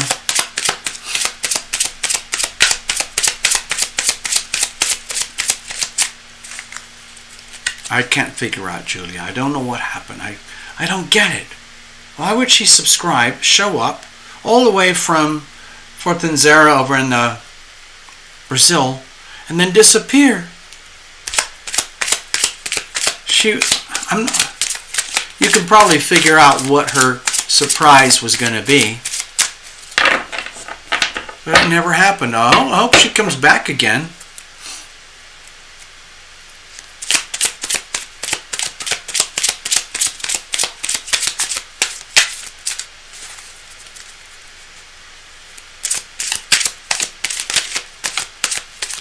Alright, Love Driver, let's see what's going on. Oh, go on. Alright, here we go.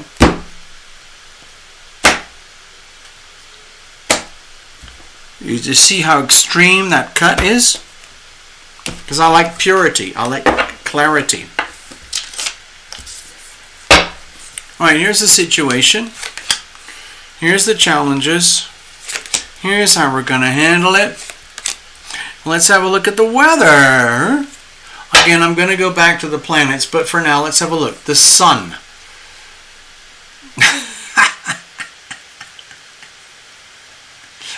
Oh, God.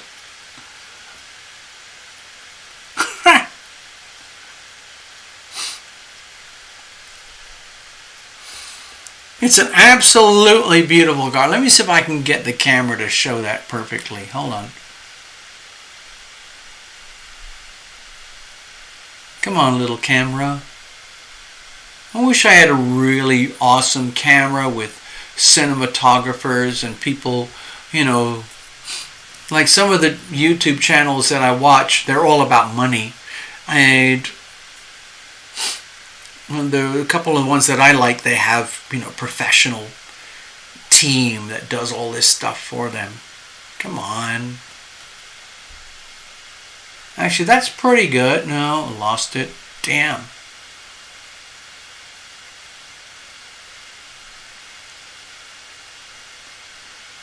Love Driver. Okay, so anyway, this is the Sun card here. The thing is, I know that you're already in tune with Sun energy. It's part of your DNA. And I think this is kind of like a reminder.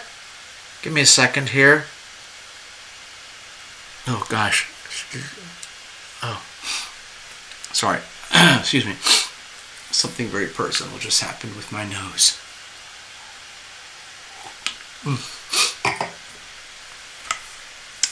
Okay, so with the Sun energy surrounding, like I could talk for hours around all of this and how and why, or we could figure out a way to interpret this in a way that this represents a very simple, pure energy of happiness. Okay, for example, right now, the Sun is in Taurus, Uranus is in Taurus, the Moon is in Taurus. Okay, so that's a lot of Taurus energy. It's not a full stellium according to Western standards, but that's still a pile of energy really clustered in one spot, and it's in a very hard square with Saturn in Aquarius. So, let's look at that. The way I would say is that, like the brilliance of the Sun energy, this Taurus energy, which is combined with the Uranus and the Moon, that's a huge pile of Taurus energy, is squaring off with Saturn in Aquarius. So, we already know about the Aquarian energy for you, okay, Love Triber? And it's as though, again, this is again like growing pains, like the pathway to happiness is through these growing pains. I know it sounds very, like not very helpful at the moment, because why can't you just be happy by being happy? Okay? And you already have a natural disposition towards happiness. I think that's reflected here, but it's like we're having to repeat the message in a kind of an extreme, kind of severe way. Please understand that happiness doesn't always mean just being able to curl up and smile and be happy. Happiness can be something very deep, profoundly bedded into the soil, into the soul, not the soil, excuse me, sorry, into the soul in such a way that no matter how challenging the worldly, physical, financial experiences of reality may be, Taurus is very much about physical reality, how you feel it, how you know it is, and how you sense the constant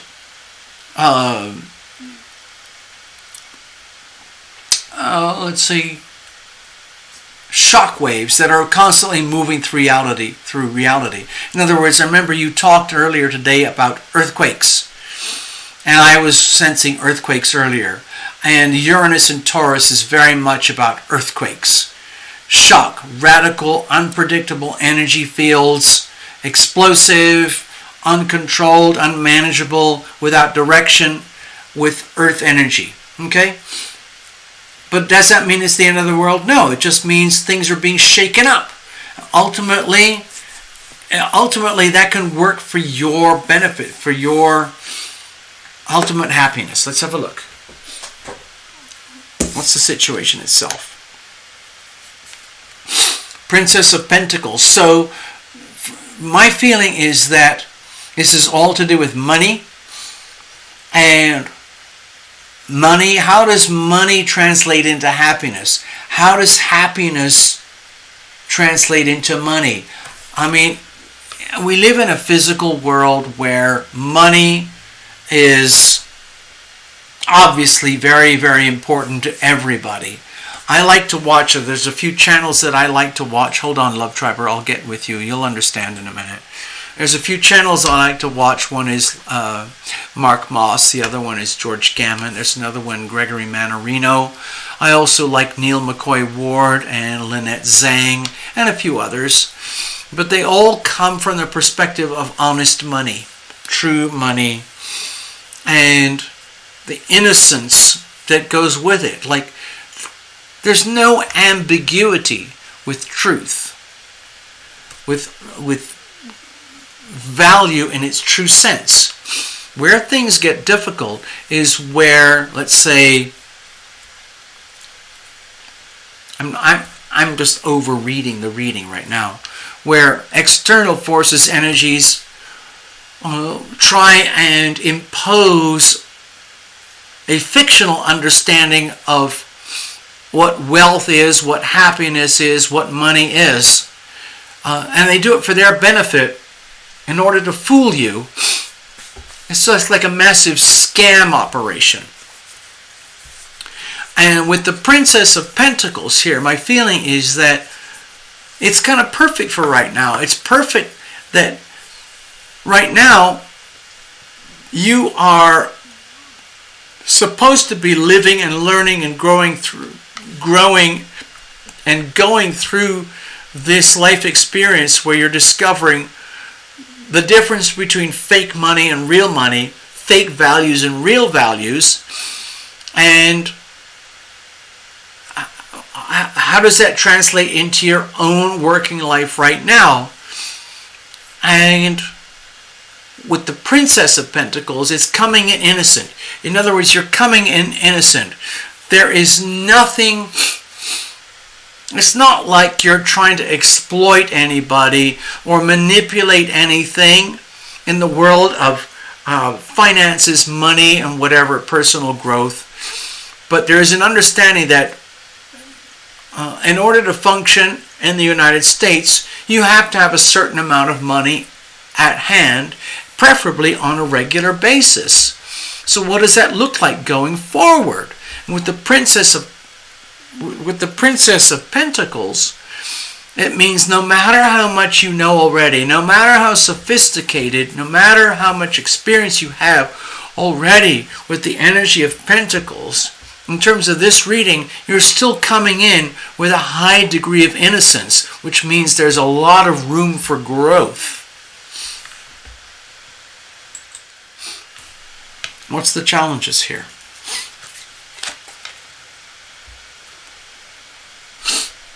Okay, number one, how do I interpret information? How do I interpret reality? Oh my God, oh my God, oh my God.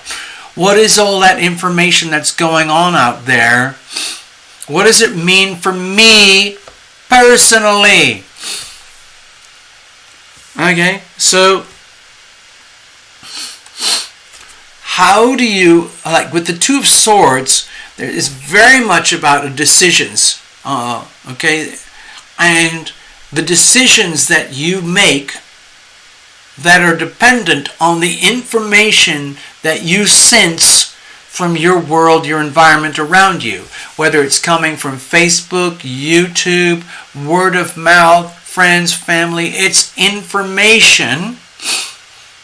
And then the big question is, what do you do with that information?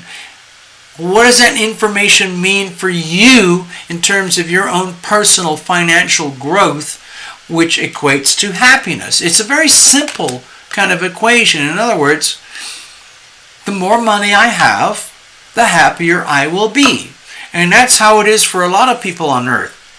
There are a lot of, let's say, I don't know, I don't know, gurus or something who will say like, money doesn't matter. What really counts is... No, I'm sorry. Money is really, really important in this physical life, in this physical reality in which we live. Okay? You can measure happiness by the relative amount of money that you have at hand. Money basically meaning the tools for survival. Like in the United States, that would mean how much cash do you have in the bank? How much money do you have coming in every month from whatever sources? Basically, the more it is, the more chance you have of being happy. Because in the physical, material, measurable sense, happiness means like, oh wow, I can pay my bills just like that without worrying. I can get out of my debts just like that. And that makes me happier because I'm freer and lighter. And happiness comes from being, let's say, financially sound. Now, some of you know, if you've watched the channel for a while, I've talked about other things. Being financially sound can sometimes be very, very difficult. In the United States, there's this massive disparity in wealth. Exponentially, massively extreme, more than anywhere else on earth. And Americans are starting to realize that. And Love Triber is one of these Americans who's starting to wake up and realize, in terms of the Princess of Cups, in a very youthful, innocent way, that there's something not right here. Like, Love Triber deserves to be wealthy in her own way, some way, somehow, through her own efforts, natural talents, gifts, and resources, learning how to invest, save, manage, prosper, speculate, all of those things that go to increasing one's wealth.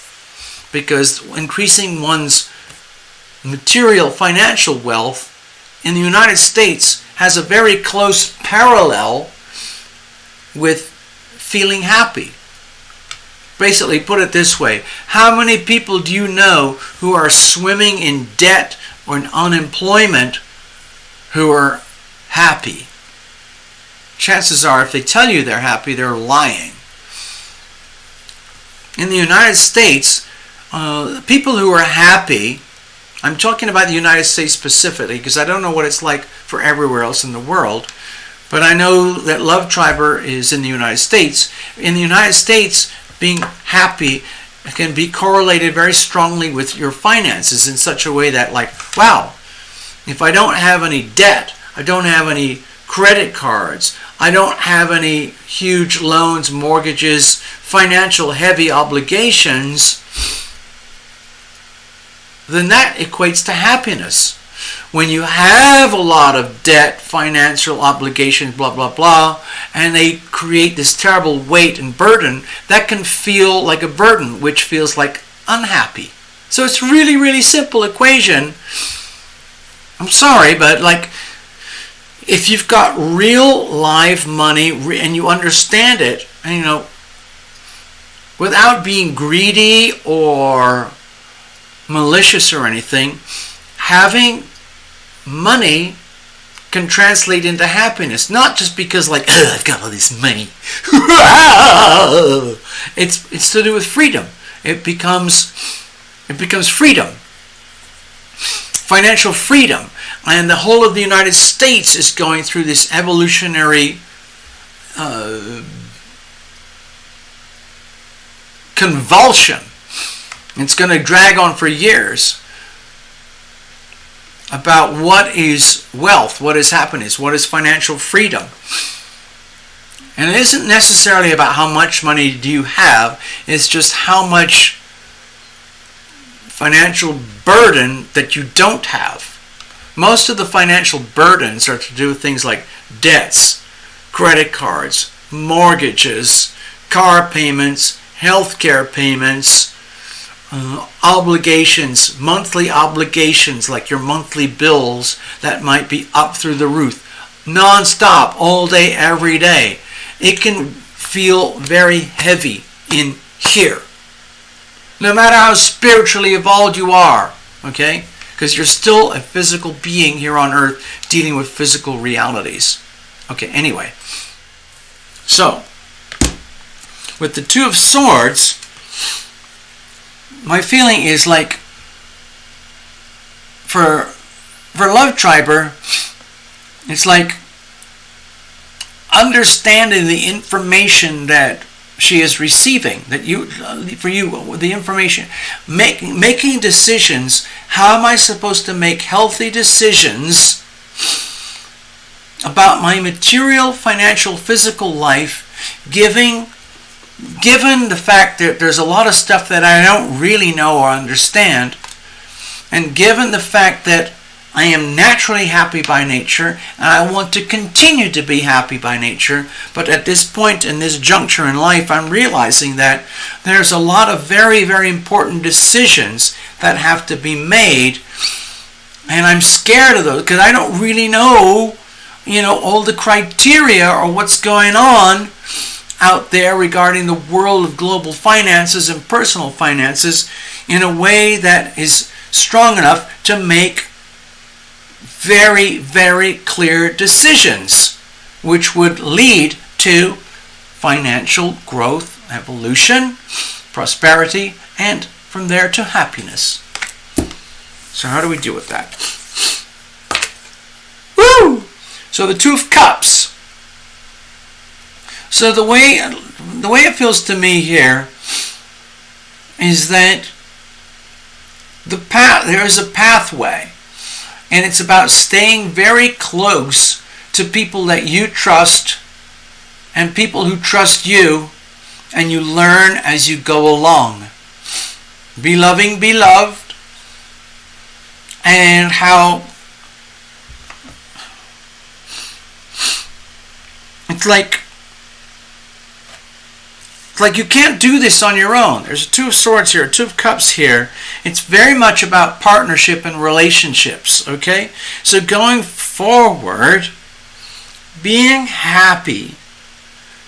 To me, it looks like being happy involves being financially sorted out. And for that to happen, it means having to go through a period of time of decision making, which is very, very difficult to do at the best of times. And the only way to do it is just to stay very close to the people that you know you can trust, and the people who trust you, and then you trust that basically love prevails, okay? And that it's kind of like a positive feedback loop.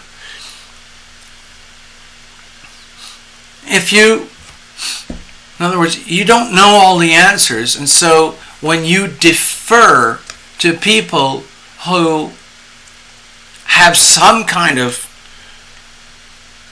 let's say,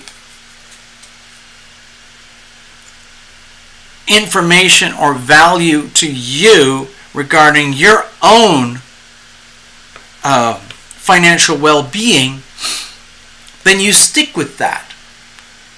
It might not make any sense in terms of logic or having immediate solutions. Going forward, it's kind of like you do this already, but you just needed a little reminder. Just stay very close to the people you love and the people that you know who love you, and trust that the outcome is good in the long run, because you're learning as you go. There's so much innocence here, so much innocence here, so much innocence here, and there's nothing wrong with innocence, but when it comes to money, it can indicate that there's potentially has been or is, or there might continue to be a high degree of naivety. Even though you might have a lot of experience in life already, we're getting to a level where you're being exposed to a lot of things that don't work with money, don't work with finances, that don't work with financial relationships. And once you understand that and you realize, wow, whew, it's an awakening. So you just, it's almost better just to, I would call it like consolidate and just really go forward, especially when it comes to money and being happy. If you equate the two very strongly, having your money issues sorted out translates into a very simple sense of happiness. Getting there requires having to live through, in some ways, a very painful learning experience, and getting out to the other side where you get to the point where, like, okay, you could say, well, money doesn't really matter. What really counts is love. On the other hand, it's very nice when the money stuff works out. But the way that the money stuff works out is when you surround yourself with loving people. You share your love with them. They share their love with you. And that magically turns into financial harmony. You're not there yet. But this is like a compass pointing in the direction of where you have to go. Decisions that you have to make. You don't have to make a lot of really tough decisions calculating the finances. The decision is to stay in the loving vibration.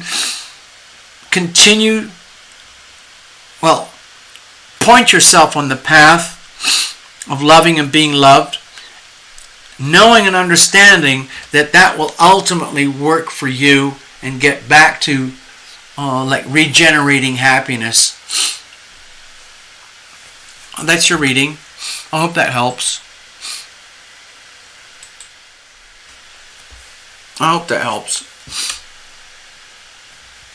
Alright, I think that's the end of the show. I'm going to wrap it up now. I think that I'm going to play something I haven't played for a long time. It's called Love the Word. And I wrote it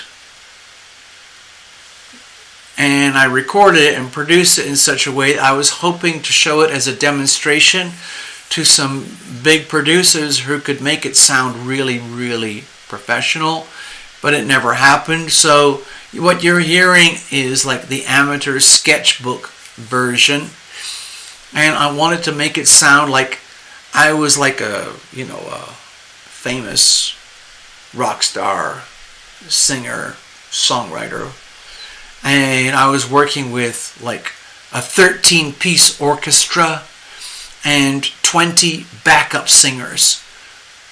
And we were working at the new SoFi Stadium at Los Angeles. And it was televised worldwide. And somehow or other, I was just sort of spontaneously like rich and famous as a singer-songwriter. And everybody understood. And it sounded sort of like this. Like this big kind of... It's supposed to be like a big spiritual chant. And you just cheer yourself up.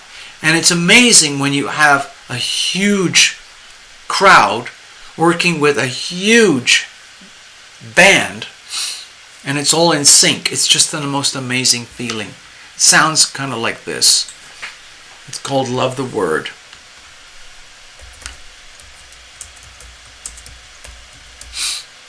Here we go.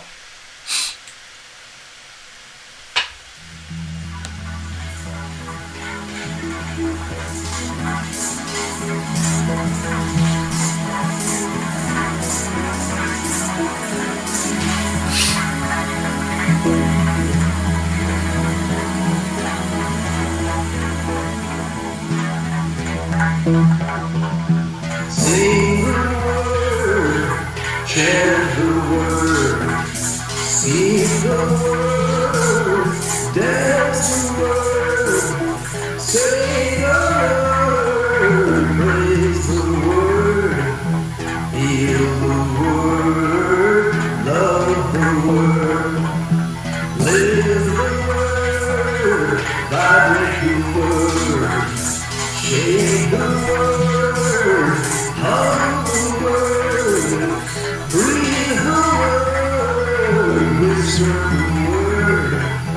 Sign the word, love the word, sing it out, sing the word, chant the word, sing the word, dance the word, sing the word, praise the word, feel the word, love the word, live the word, vibrate the word, shake the word, hug the word, breathe the word, whisper the word, sign the word, love the word, sing it out, sing the word, chant the word, speak the word, dance the word, say the word, praise the word, feel the word, love the word, live the word, vibrate the word, shake the word, hug the word, breathe the word, whisper the word, sign the word, love the word, sing it out, oh,